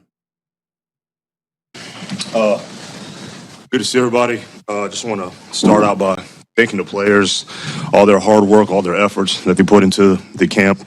I know we always talk about training camp, but they've been preparing for months and months and months to get to this point before we even started. But, look, the end goal always is to make the team. So, obviously, the ones that did make the team, congratulations to them. A lot of respect for everybody, though, and the ones that it's hard to ask players to give you their best, and then when they do give you their best, to tell them that they did not make the team is very hard to do. But ton of respect, much appreciation for all of them. I thought Dan did an amazing job. I thought it was awesome in terms of management preparation throughout the whole camp. That's a lot that you have to work through. You got older players, you got younger players. I mean, you got to make sure you got to get loads, intensities, players that may not be available at certain points. So it's a lot that goes into it. But I thought he did an awesome job. All the coordinators, all the assistant coaches. We had new coaches. I'm very impressed getting a little bit more up close with them, seeing them work on a daily basis, and then even some older coaches that were in new spots. Very, very impressed. So we're in really good hands. I think you saw that. You saw some players that got better, made some jumps. So they definitely play a big hand in that. Thought our personnel department did a great job. They worked their tails off. Bray's watched a lot of tape here. It's preseason tape. It's a lot of players that you're working through. It is a lot of players. And so to even be able to come up with just, a handful of players at the very end, but it was a very organized process.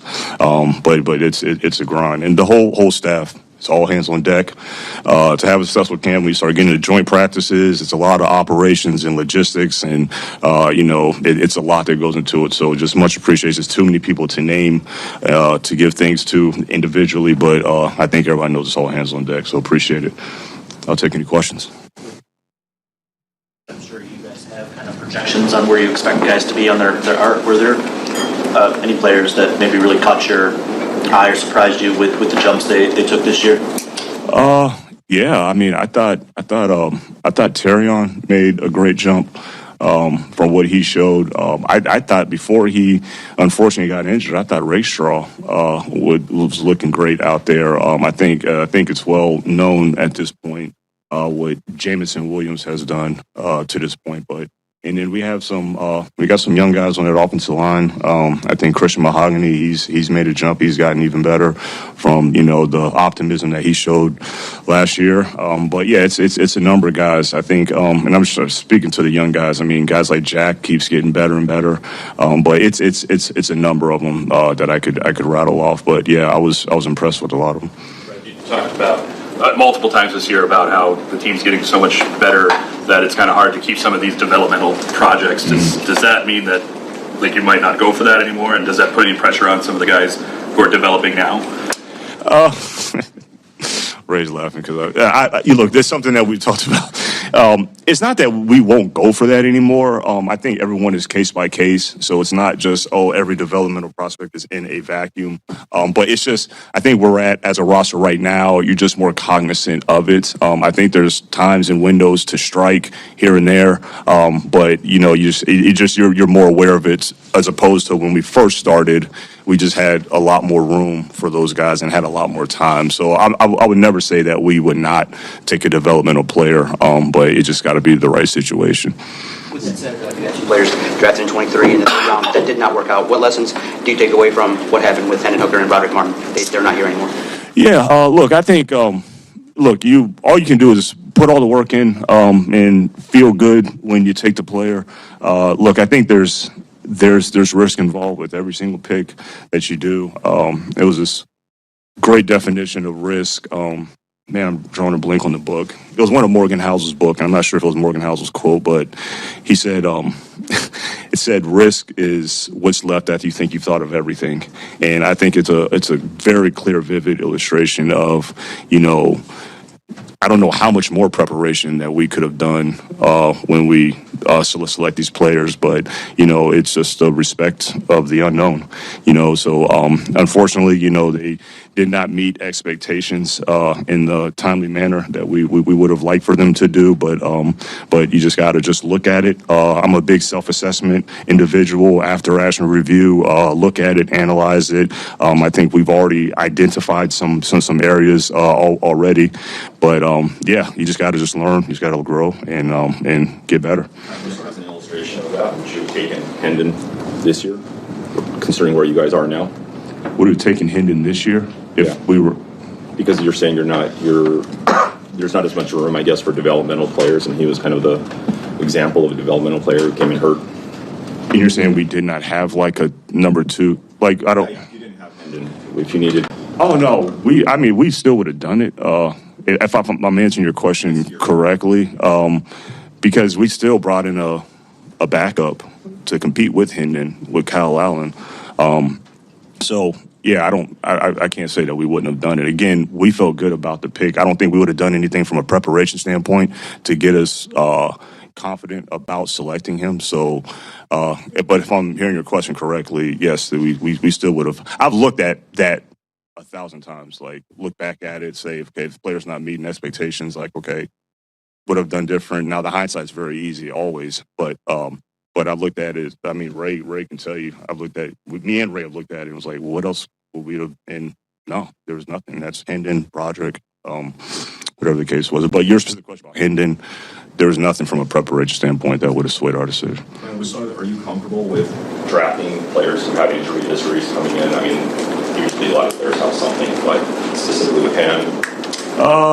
I think it's all case by case. It depends what the injury is. But just a player that has an injury, that usually doesn't determine. I mean, we traded up first round to get Jameson Williams coming off an ACL. And I mean, I think it's kind of easy to pick those two players out, and talk about those two players. We did a lot of work on both of those guys, and we believe they had the talent to play in this league. And the first thing that comes to my mind is the kid. I think about the kid. The kid's, been for the first time in his life, he's been told, you're not good enough. And, how's he doing mentally? How's he doing, Because every time you get a change of scenery, things could go better for a kid. And some kids just need a change of scenery. And, and maybe that's what's going to happen for both of those kids. And but, it's easy to pick those two kids out. But those two kids were talented kids, and we did a lot of work on those kids, and wish the best for them first and foremost, and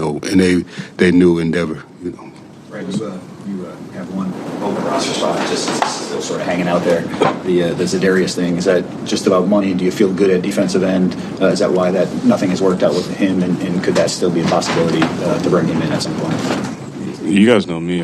Anything's a possibility at any point. I don't know what's going to happen, but the one open roster spot, we just have one open roster spot.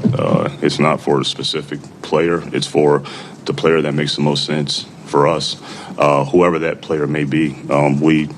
We went into last year, I think, with 52, and just gives you some flexibility. But it's not just about just that player. It's just whatever is going to be the best. But it gives us some good flexibility. We cut it down to 50 this year. I thought it was awesome. I loved it. I don't think it'll be the last time that you'll see that. Can you explain just that philosophy a little bit of why you give yourself the flexibility, financial, roster-wise, whatever, why that's Well, first of all, it's the players that make the team make the team. We don't say, well, who are the first three out? Well, let's put them on the team. They didn't really, but that's not how it works around here. So we had 50 guys make the team, and I think that's credit of how the level has gotten on the roster, but it does give you a lot of flexibility when you start getting into trades and claims and, possible external additions that, you don't have to worry about, or releasing somebody that you're making plans on the keeping and this and that. So I like the flexibility that it gives us. So with that said, are there active talks with Za'Darius, like recently? Not recently, no. Can you speak about the trade with Tim Patrick a little bit, and what does it say about Isaac Tesla a little bit as far as his development and, what he's been looking like as far as this offseason? Yeah, for Tim, first of all, man, outstanding individual. I mean, you're talking about a pro's pro, everything that we were about. I think him coming in last year, going on the practice squad, Tim is awesome. So I wish him the best. Let me get that out. The trade, he had interest, from multiple teams. And so, you always have had productive, mature dialogue with the player, and so I think it's going to work out best for him, and I think we did the best for us in terms of getting some capital back. You just asked about Tesla, and obviously it may open up some more ops for him, but I think you got to still keep in perspective. Tesla's a rookie, young player. He's had a good training camp, a good preseason, but we'll see how it goes. But yeah, obviously from an opportunity standpoint, it opens up a little bit more for him. With Ahmed Hassanin, how did you reach a decision to waive him with the injury settlement instead of maybe the other options that are available to him? Yeah, so it's a good question. So yeah, there's multiple avenues that we could have went with that one. What we wanted to do is what is going to be the best path for him to get him back to the practice field when he's healthy, and the injury settlement was the way to go. Especially him specifically, where he was at in his football career. So the only thing that is so after you do the injury settlement in terms of the length of the settlement with the weeks, you have to tackle an additional 3 weeks that you have to wait until we can bring him back. There's a good chance that he might get healthy before then, within those weeks. But bottom line, he's going to be a Detroit Lion. He's going to be back on the football field playing this year. Just one follow-up on the roster thing, keeping 50 or 52 or whatever. If you were to keep whoever, just somebody at the back of the roster and then release them when you make a waiver claim, is there something about not wanting to keep those guys to show your hand to other teams? Or you know what I mean? It doesn't seem like a big hurdle to jump through, I guess, right? Because you can just release a guy when you claim a guy. So what sort of flexibility does that, why do you prefer the flexibility of having that spot open than just having a guy there that you would then release and sign back to practice spot or expose to waivers? Right. So what you're saying is if guys that we did not deem made the team, go ahead and still give them a spot on the team. Is that what you're saying? Well, okay, yeah. I mean, if I'm not trying to be from your best 53 that you had in camp. Why not keep your best 53? I guess. And we had 50 make the team. We had 50 make the team. That's it. I mean, I don't know what else you want me to say. I think I explained it. Do you want the 3 first guys out that was close? Go ahead and give it to. He didn't really, but go ahead and give it because we're only at 50. But because that's what you're saying, right? What? Yeah, I mean. I'm not trying to be I'm not trying to be confrontational, but I feel like you're saying, why would you not do the best 53? Well, if you only had 50 that we deemed as the standards of making it, then you got to look elsewhere. And so that's the approach that we did. But if the guys that you claimed, somebody else claimed them and you didn't get them, then you'd be at 50 or 51 or whatever. You'd ultimately fill those spots, or you may end up filling the spot like you did last year by promoting someone from practice squad, signing them from practice squad right before the game. That would be an option. Yeah. Is there? I guess my question is, if you're going to eventually fill those 53 spots, why not start with filling those 53 and then release that guy at the end, or expose him to waivers or whatever it may be? Anyways, your best 53 were in camp. Right, but there is a strategic approach behind that as well, and I think that's where you're getting at. Yeah, but yeah, I mean, but that's on top of the fact that there's only 50 guys that made it. Okay, so I'm going to pause it here. I think I have to go for just a little bit longer to where I wanted to get to, but there's plenty of points that I already took out. But before I forget my thought process on this is what bothers me probably the most about maybe not so much just the media, but in not just fans in general. We're as fans, we're not supposed to understand, right, exactly what these guys do to a degree. If you're not heavily invested, if you've never played the game, if you're not in sports, if you're not in media, you really aren't in tune with why all of these moves are supposed to make sense or not make sense. All we see is, why didn't you keep 53? Why were the top 53 players not kept? I get what he did and why he did it and what he's trying to say here. Number one, there's a standard in Detroit. if you don't meet our standard, you do not make the 53-man roster. That is over and above all else. And then they kept pressing, well, why didn't you keep 53? Why didn't you start with the 53 and then just cut them later? They didn't meet our standard. What more did Brad have to explain? The standard is this, you didn't meet it, you don't make the roster. To make an NFL roster is incredibly difficult, but you just don't hand out participation trophies because they were the 3 next best players that you had in camp that year. They didn't make the roster because they didn't meet the standard. Number 2 is the strategic nature of this.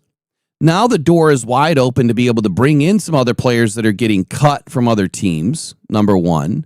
And you don't have to worry about dropping a player, bringing a, you know what I'm saying? You don't have to go through the whole circus. Immediately bring them right in. The second part is they probably had a third part. They probably had agreements with some of these players that were going to come back on the vet squad. So half of their practice squad was probably already put together. They knew which vets were going to come back or had a very good idea of which vets were going to come back. Financially, if you add them to the 53-man roster, now their contract is somewhat guaranteed. So you have to be able to save every penny, right, to be able to sign Aiden and everybody else. So there's a lot of strategic things going on here that, one, we've never seen in Detroit. So a lot of people have questions because they don't understand it. And then they keep pressing and pressing and pressing about it. Look, there's nothing more to get here. Brad knows what the hell he's doing. He left the door open to bring in some players. The other part that I'll go through is he was asked about projects. Are you going to take projects anymore because Hendon and Broderick didn't work out? I've said it for years. You have to take projects, especially early in a roster building, especially early in rebuilding a team, because not every player in the 3rd, 4th, 5th, 6th, 7th round is going to be a stud or even a starter or even a very good depth piece. But where you're maybe thin for depth, that is where you might take some projects. He took what essentially could have been called a project to Jameson Williams, and for a lot of you, he's worked out, right? Yeah, he had a lot of talent, but you're coming back from an injury. You don't know how that player's going to perform later. You have no clue. Jamo could have busted out immediately, but thankfully he didn't. But Broderick and Hendon, you didn't have a number 2, and Hendon would have been a really good option had he not been injured.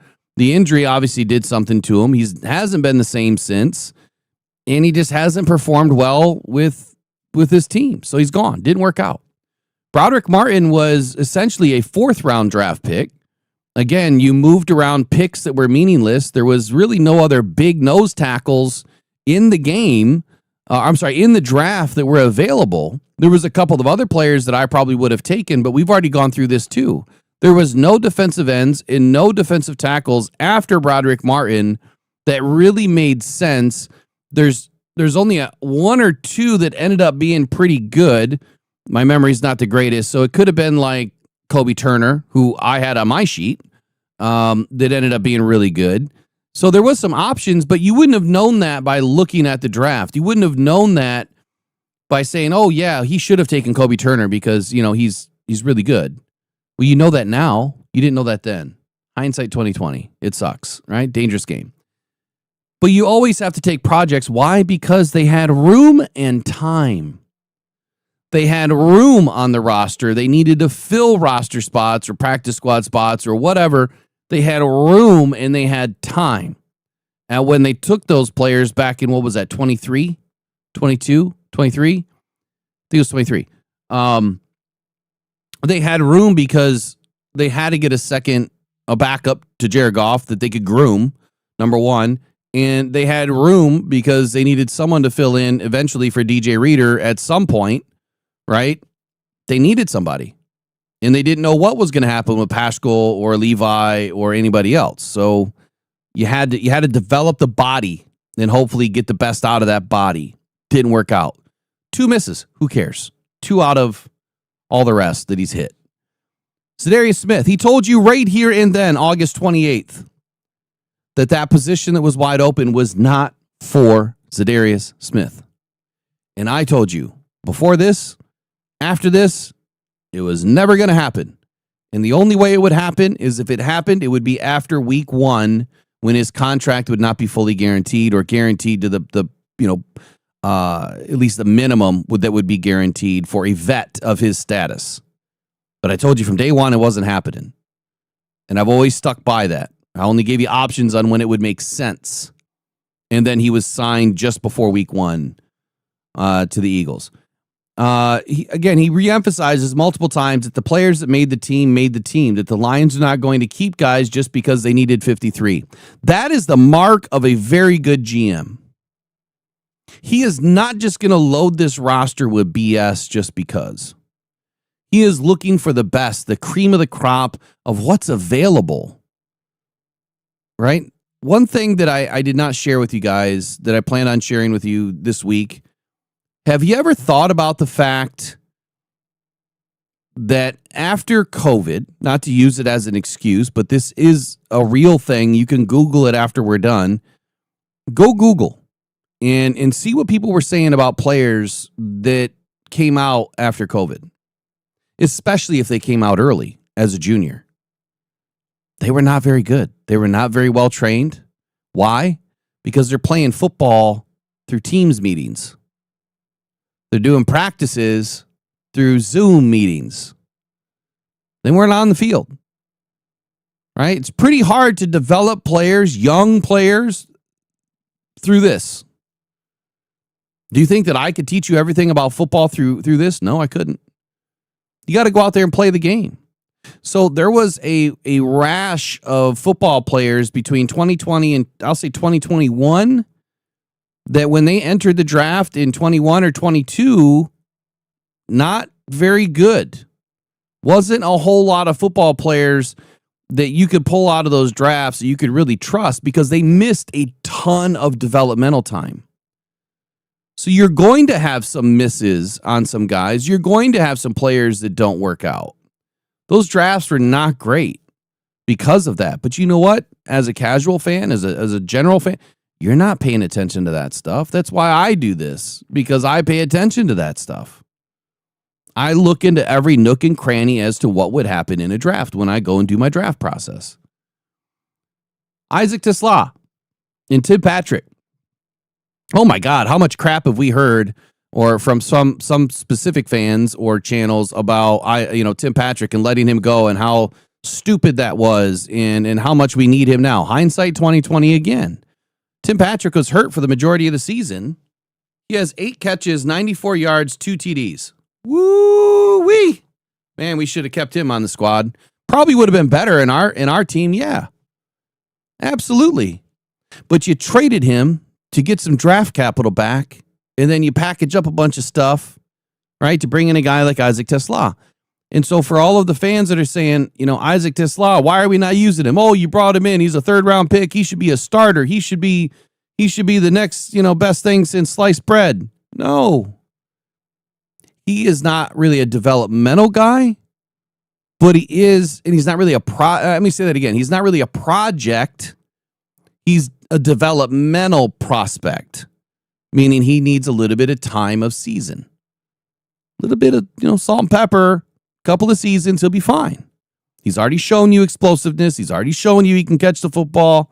He's already shown you he can run routes and block. Now he just needs a little bit more time and seasoning, and he'll be fine. Next year, he could have a bigger year.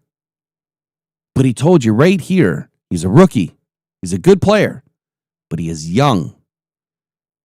His opportunities may open up, but remember the fact he's a young player. He told you back on August 28th that Isaac Tisla was hardly going to be used, in so many words. Yet you're pounding your chest for using Isaac Tisla right now to save your season. Yeah, I want Isaac Tisla to be involved in the game tonight to throw the Cowboys off, right? Not because I'm expecting him to go into this game and rescue the season. No.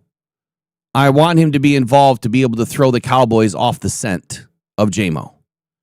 And if Tisla can do what we expect him to do, which is compete, and catch the football, Then you can throw him off, and then you can get J-Mo involved. Ahmed Hassanin, he told you back then, was coming back to this team. Hardly any of us believed it. Hardly a lot of us thought that, man, that could have been a mistake. He could end up getting poached. And all 31 teams reached out to Ahmed. All of them. But he sat here and told you he made the right decision and he would come back and play for the Lions again this season. Not sure if he actually will play yet this year, but we'll see. We'll see. Lacey and Wheat, we haven't gotten to that part yet. But they told you right then and there that bringing in Lacey and Wheat, they fit this team. They fit the way that they play, that they're going to be good additions to this squad, and they have been. Back on August 28th, they told you this. And here we are, December 4th, and it's been true. So as much crap as people want to talk about Brad Holmes, go back and listen to this and listen to the rest of it. But I just gave you multiple reasons where he has forecasted what was going to happen. He's forecasted what was going to happen. He told you why he's doing the things that he was doing. He told you that Zadarius Smith was not a part of the plan for leaving roster spots open. Yet the one individual that is such an SOL media member continues to ask these questions and write bullcrap about this team consistently to thrive on negativity. It's always the same individual. That's all they do. That's all they live in is negativity. Just accept the fact that it's not the plan. Just accept the fact that nobody believed inside that room that another edge rusher was going to help Aiden. It has to be the other way around. They're forcing Aiden to be what they're expecting him to be. A game changer. And if he's not going to become a game changer, then they need to do something different. And it's not just bringing in other edge. It's finding a replacement. That's the next plan at some point. But right now he's signed to a mega deal. Someone brought up the fact that Aiden signed a contract, and before that contract was signed, he was playing pretty well. Not perfect, but pretty well. And after that point, he's fallen off the face of the earth. They've also said the same thing about Amon-Ra St. Brown. Before the contract, playing great. After the contract, things kind of falling off a little bit at times. Same thing about Kirby Joseph. Before the contract, playing great. After the contract, all of a sudden we got knee issues. How does, like a knee issue that Kirby has with arthritic conditions, at least that's the suspect, that would be the idea anyway, that he has suspected arthritic conditions. That should have shown up on imaging studies right when you're doing a contract. You know that they're going through imaging studies and physicals and everything else. How do you miss that? And that's where I would have blamed, like I did the other day, the medical staff from missing pretty important things. Presumed to be missing. I don't know for sure. I can't tell you for sure. A few more seconds here on this and then I'm out. Hopefully it's making sense. From our standards, but yeah, I mean, we just had 50 guys, and we looked externally elsewhere. Well, me and Dan look at the roster and say, look, man, we might want to add here, might want to add there, but that player may not be here right now, and that's just where we're at. Dan said that he felt like this was like the strongest roster throughout his tenure from top to bottom. Do you agree with that? It's like y'all strongest since 2021, or what's your assessment of that? I do, and look, I appreciate Dan saying that. He always, when the head coach says that, it's a good feeling to have. But no, I feel that way. I agree, and look, we would have been even further ahead actually if we didn't have some of the injuries that we unfortunately had with the Rakestraws and the Levi and stuff like that. So, but yeah, I mean, I feel very confident, especially with how it's ended since yesterday, actually. So, yeah, it's deep. Again, always say we're always searching. It's never take foot off the gas. You're never gonna, it's not a breath of fresh air, sigh of release. I mean, we might do more stuff today. It's an everyday task, in terms of roster building. But feel really good about where we're at going into what we have. I don't think anybody's surprised that you ultimately settled on guard to start him as rookie year with familiarity with that. But long term, do you still see him as maybe potentially your center, 2026 and beyond? Yeah, we do.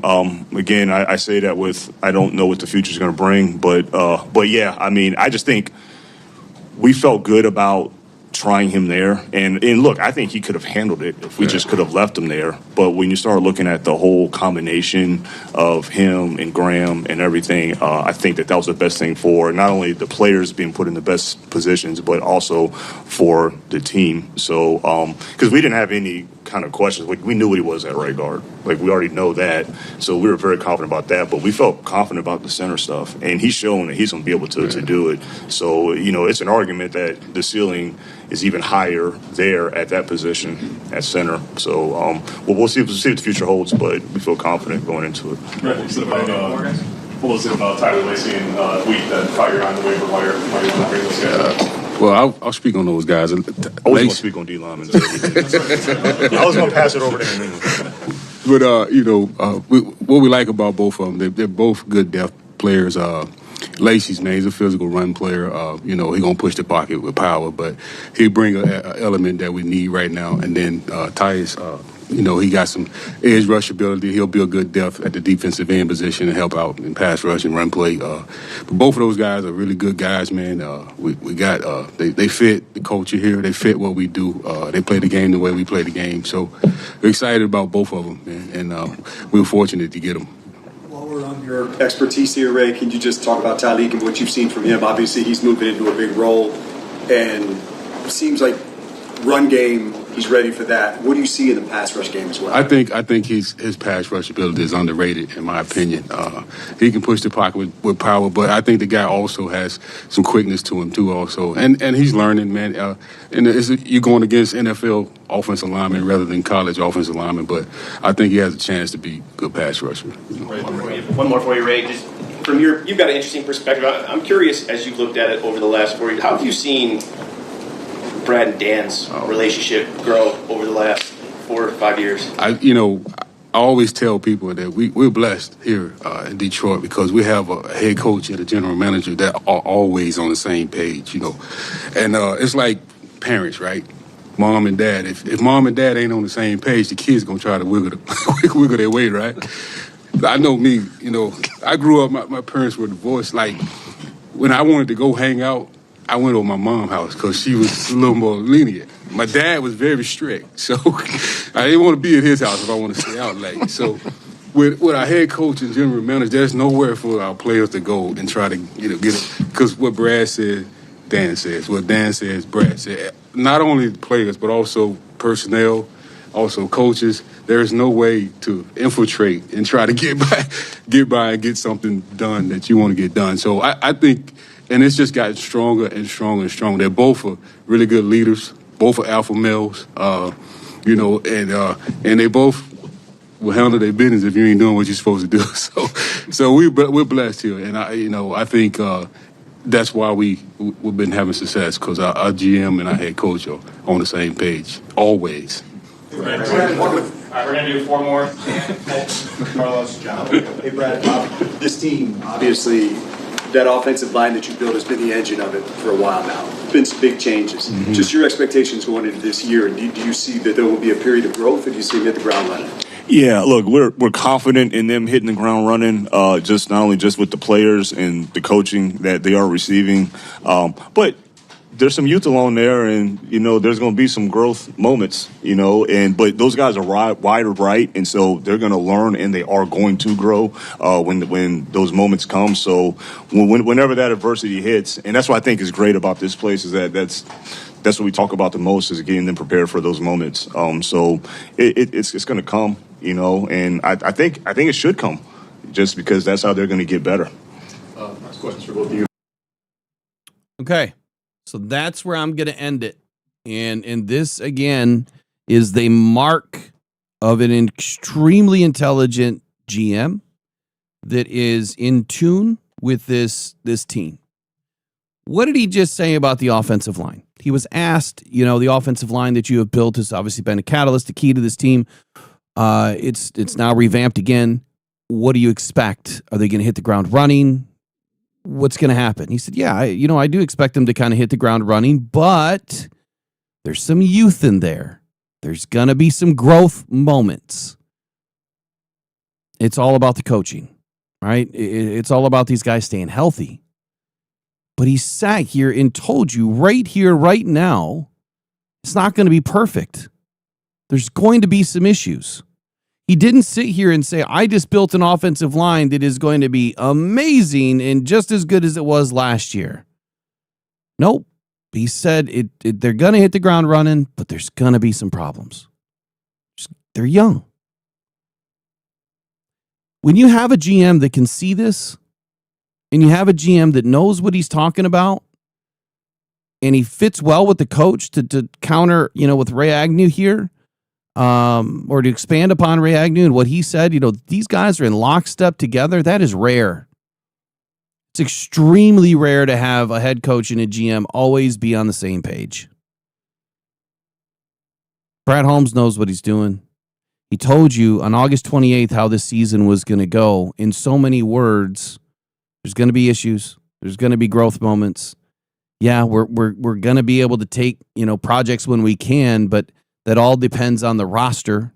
The roster's starting to get pretty deep, pretty hard to make. So that's why you won't see, an extreme amount of draft picks, high because, well, not all of them are going to be able to make the team or start or play. Now that will change next year because there's quite a few holes. And there's some areas that can get better. Brad knows what he's doing, man. Give him his respect because he deserves it. He's absolutely giving you something to cheer about and be happy about for a long time. And confidence should be brewing in where this team is headed over the next 2, 3, 4 seasons. Yep, we might be having a down year right now statistically or record-wise compared to the previous seasons. We are right in the thick of it with a lot of other teams. Okay, there's only a few teams out there that are playing, pretty high or playing from a position of strength without a bunch of injuries.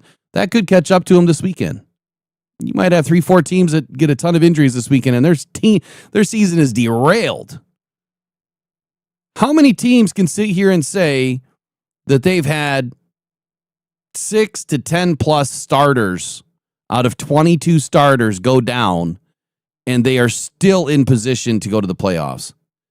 How many teams lost a bunch of players in week 1, 2, 3, and 4, and they're done? Done. Turn the keys in, turn the lights off, go home. Done. Cooked. Not this team. Still battling, still clawing, still the Detroit Lions. I'll see y'all at the game. Go on Pride, go Detroit Lions. Again, appreciate y'all for joining me here today. Please like, share, subscribe, send it to a friend. Now, let me say it the other way. You don't have to like, you don't have to subscribe, but please just share it with somebody because they maybe need to hear this. Maybe you did too, or maybe not. I don't know. But I'm going to go root on my Lions. I got to hit the road. You guys take care. Appreciate y'all. Pressured by